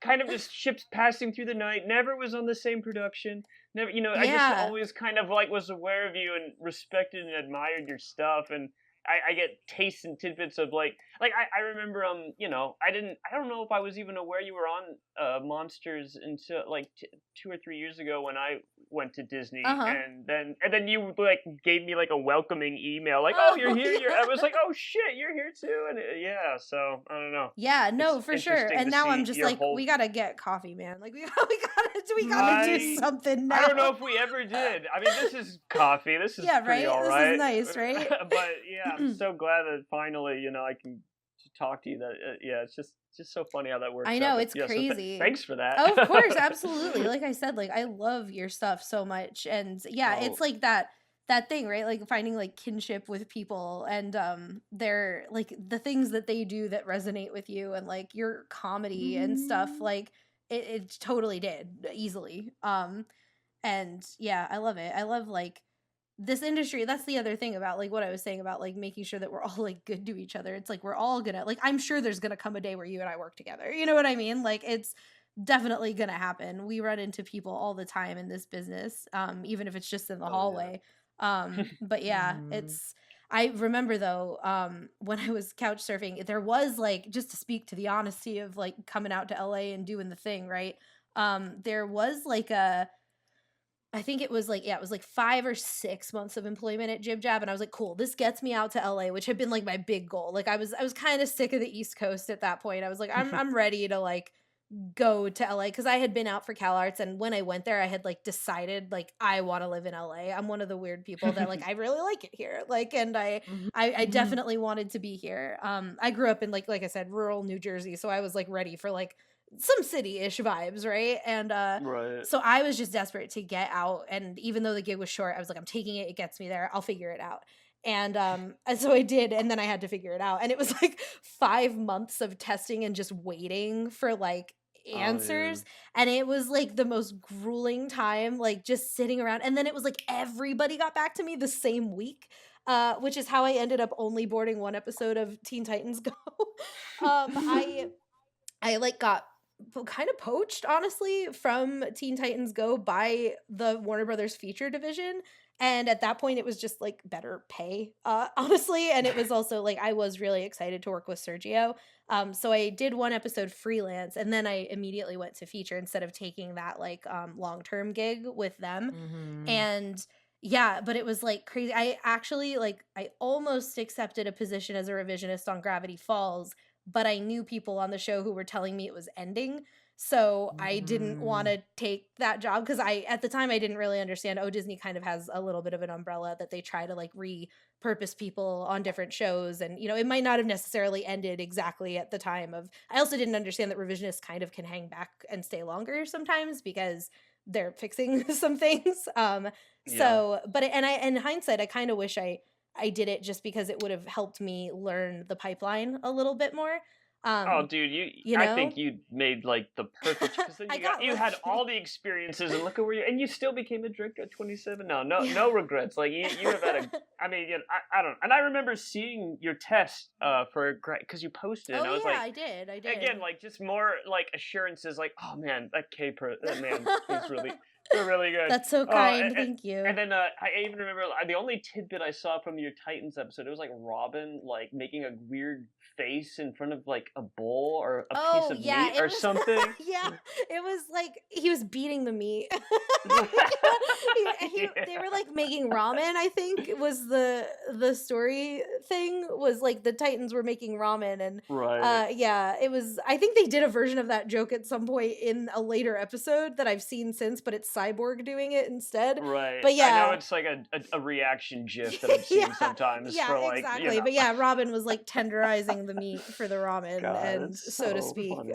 Yeah, that was my test, and then I did like a sequence with Beast Boy and Raven and Tara. That actually made it to air. That show was really fun. Like it was very brief for me, but like it was. I love Teen Titans. That was another one that was like super formative for me as a kid.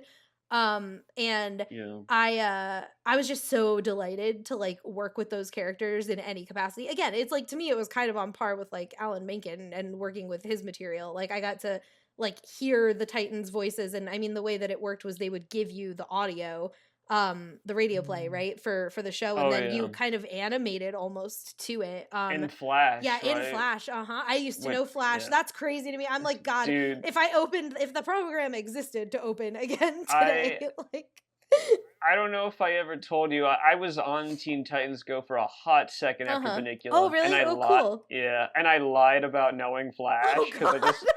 So How did you survive? It was kind of a hard month for me. Megan can attest. It was because I had to hit the ground running. I can imagine. It was rough. Yeah, I can imagine. I did not know any shortcuts at all, but it's like I can do it. I was like burnt out as shit from like Vernacular and stuff. But I just wanted at the time. I was like, oh, I want to do this, I want to do that, I want to make a big splash here, and also because I knew that Kay was on it. Yeah, I didn't even know where you were at the time. Part of me maybe thought I don't know. Yeah. Like it was. Well, and it's so it was hard for me too. I mean, like I knew it because I had done it. Like I've used it recreationally a little bit.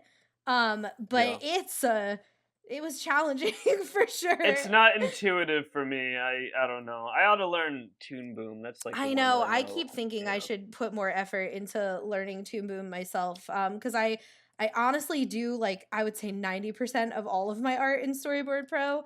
Yeah, me too. Which it's but then I'll draw in.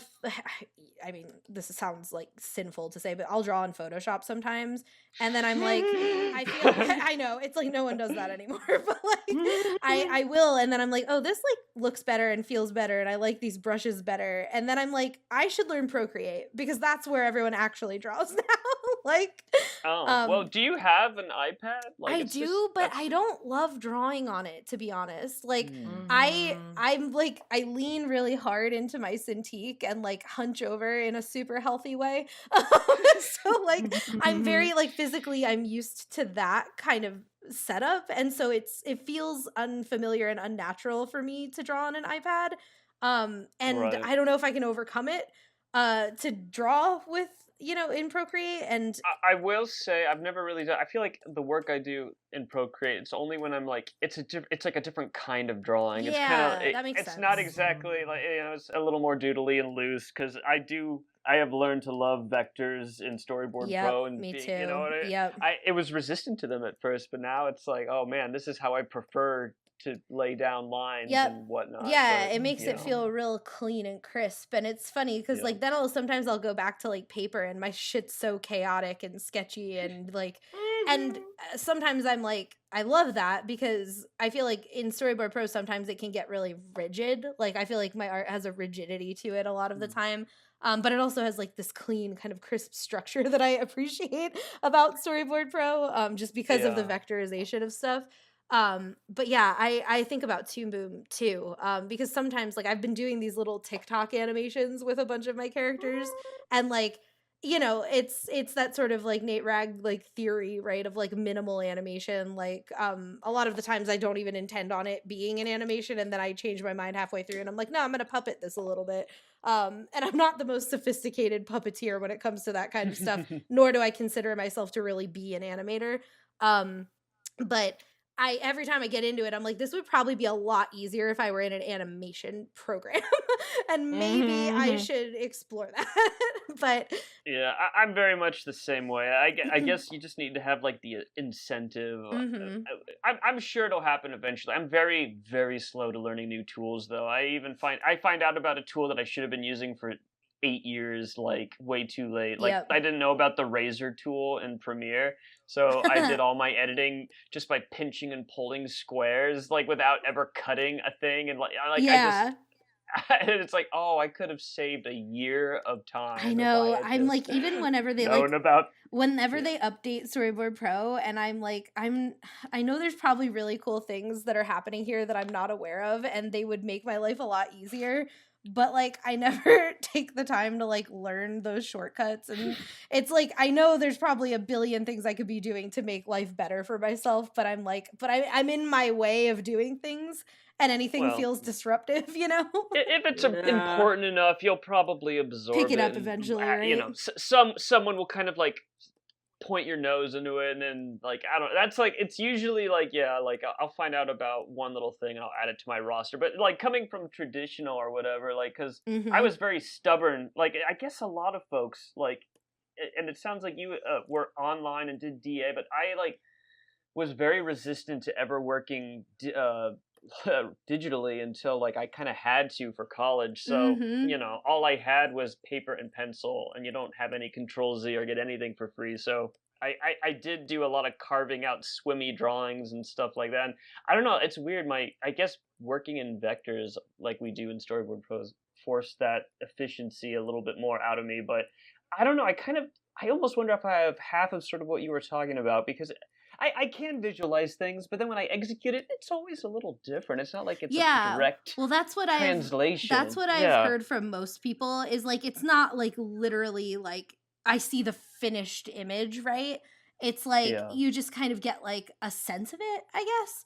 Mhm. I mean, it's Right. hard for me to say because I don't I don't know. Like I don't see anything. But that's not uncommon from what I've heard from people who are like, well, hold on, it's not exactly, that literal. But yeah, I get what you mean.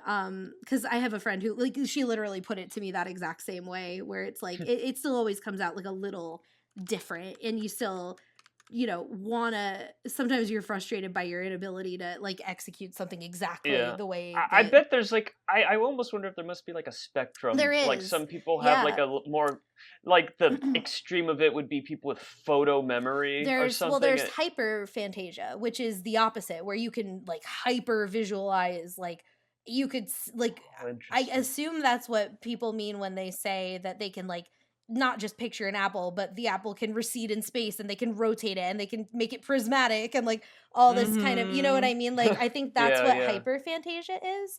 I might be Interesting. wrong about that, but I'm pretty sure that's what it is, and I know it exists. And then if you actually Google that Apple thing, like if you look up Apple Aphantasia, there's like 5 different versions of how it could look.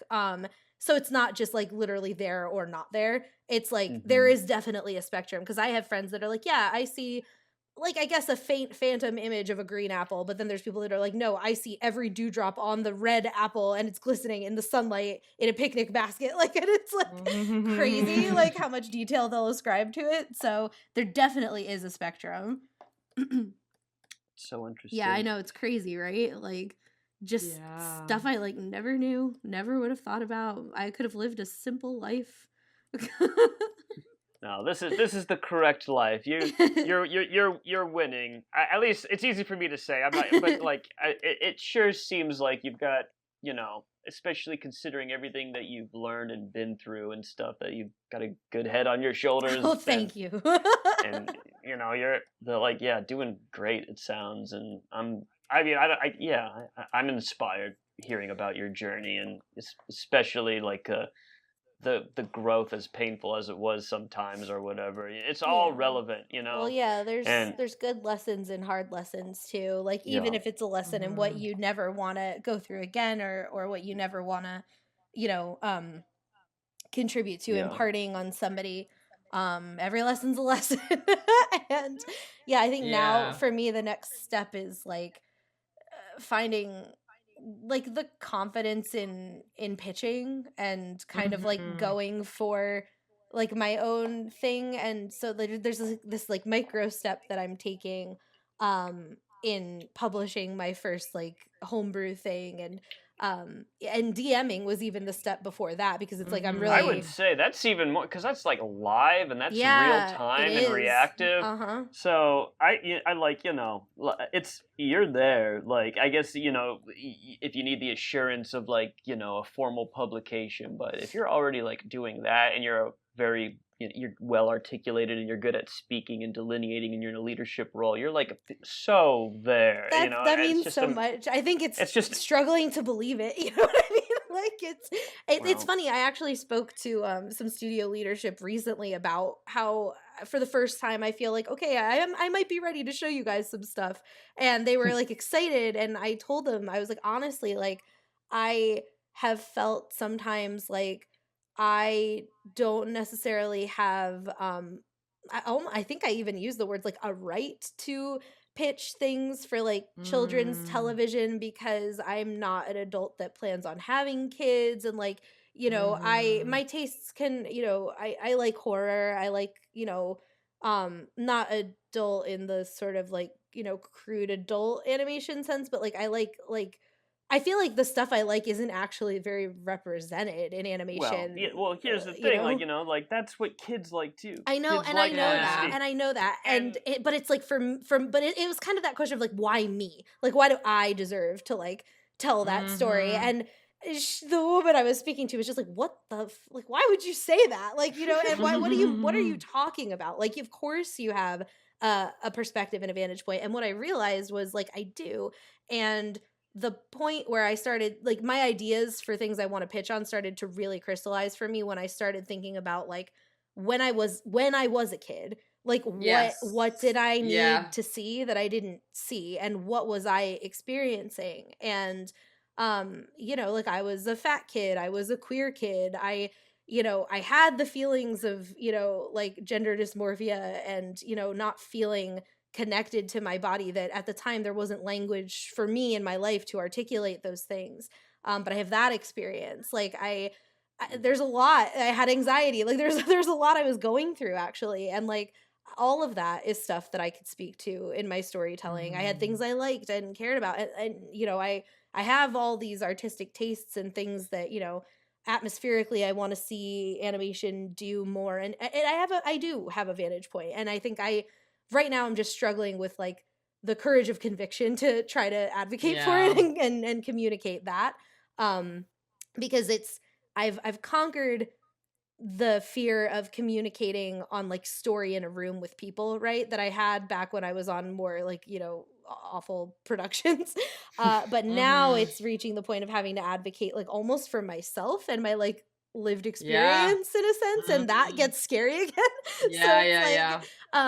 so yeah, it's like that's like the current hurdle, but I'm starting to feel confident in that. And I think that has also been something that like having leadership experience now is helping me with that confidence. Like I Yeah. feel like I could be more responsible for directing a big group of people and pushing a vision forward, but not, on the backs of people. And I think I just Mhm. needed time. Like I really just needed some time to grow that confidence, and I've stopped chastising myself for it, and um I still struggle with the confidence, but I feel like it's happening in a way that's exciting to me now. Yeah.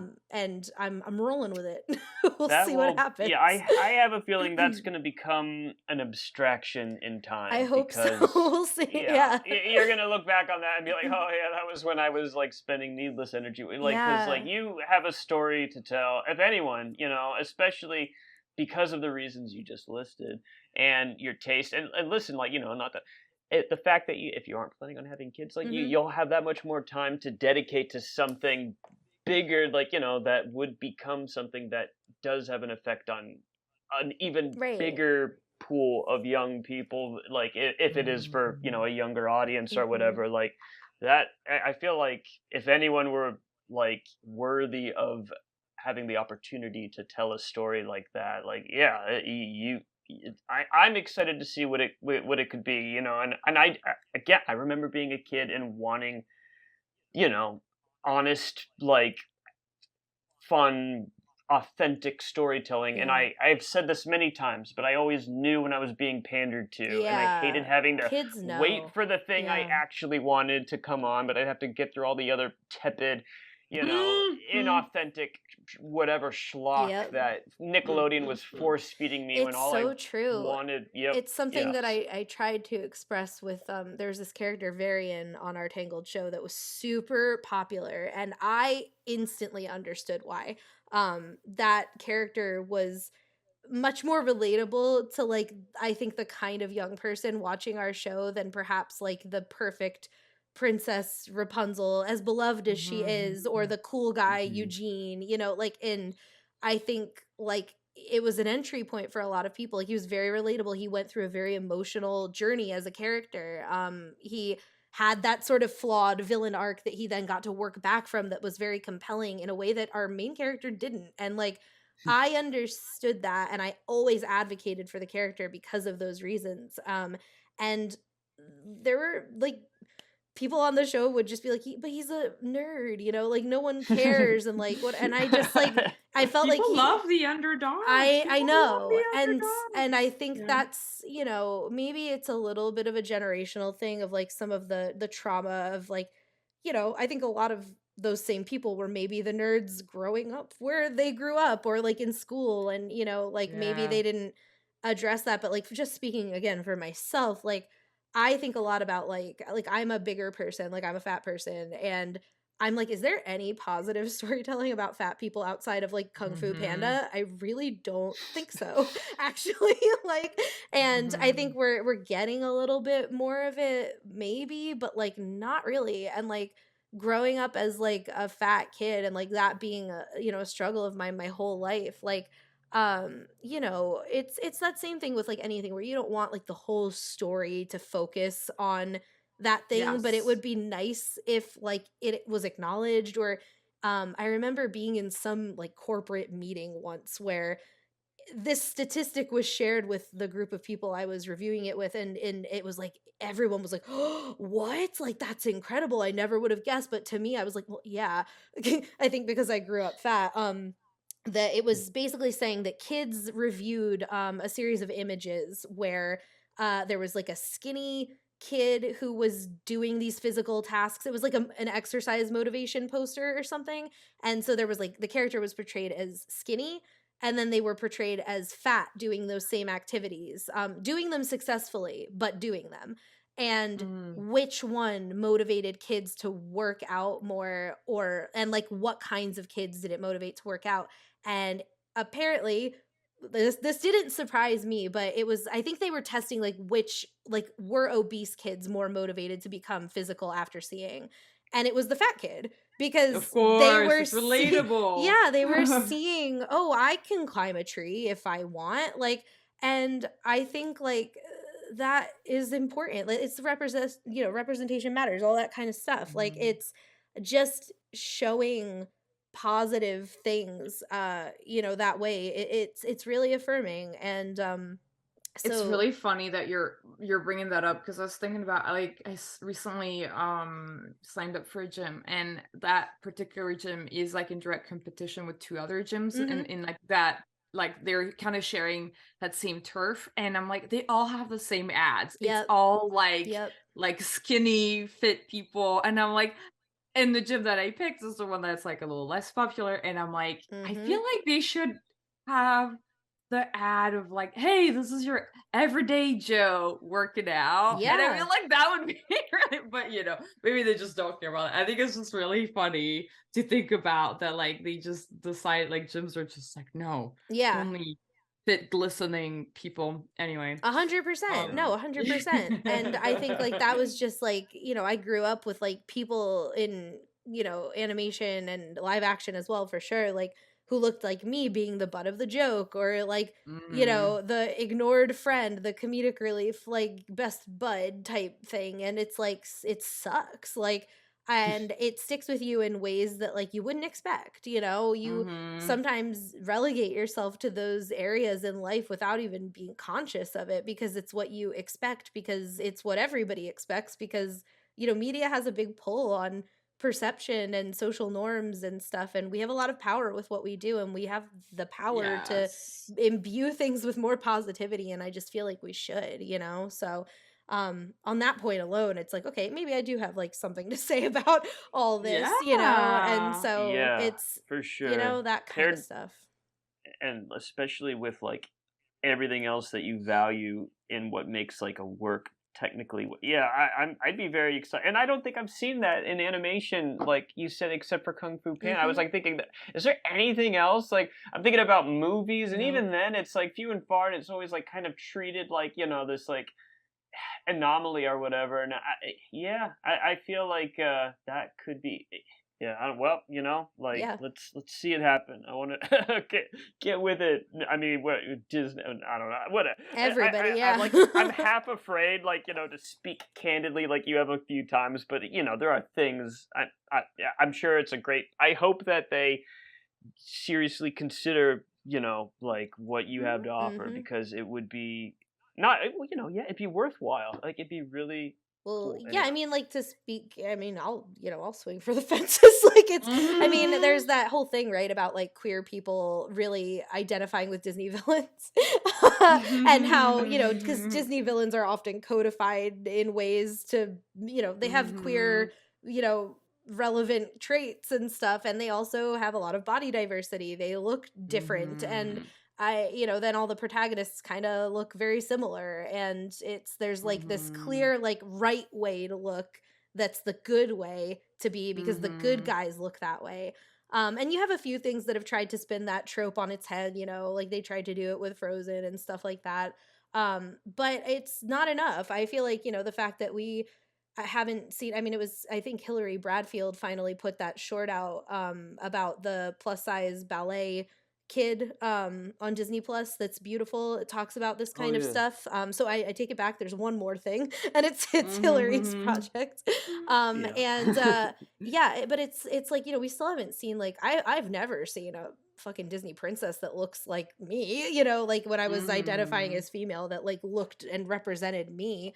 Um and that's a bummer. It's and it's, I think there are many people that have felt that way about those kinds of things, and I wouldn't localize it even to just Disney princesses, because I think it's a protagonist thing. Like it's, Yes. Yeah. and Mhm. I think that's why a lot of, people who feel ostracized or sort of left out of the conversation about what's good or positive relate to the villain characters or the peripheral characters, because they can't relate to the Yeah. protagonists. Like it's, because they're so limited to what they can be. And Mhm. I just want to see more diversity in protagonists in general. Because I think everybody's flawed. I think everybody's capable of being cruel and hurtful. I think, Oh and yeah. making mistakes, and deep grief and joy, and it's just, people are not tropes, and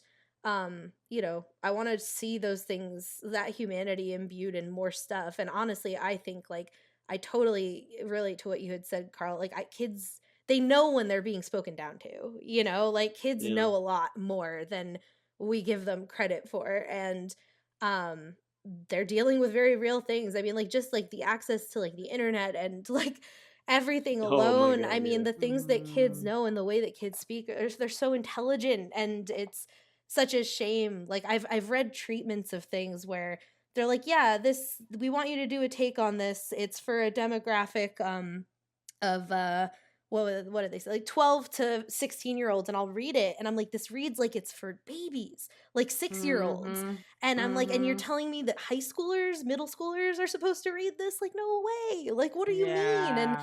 it's, I just want to see more, I don't know, honesty in that kind of Yeah. stuff. Yeah, Yep. for sure. Yeah.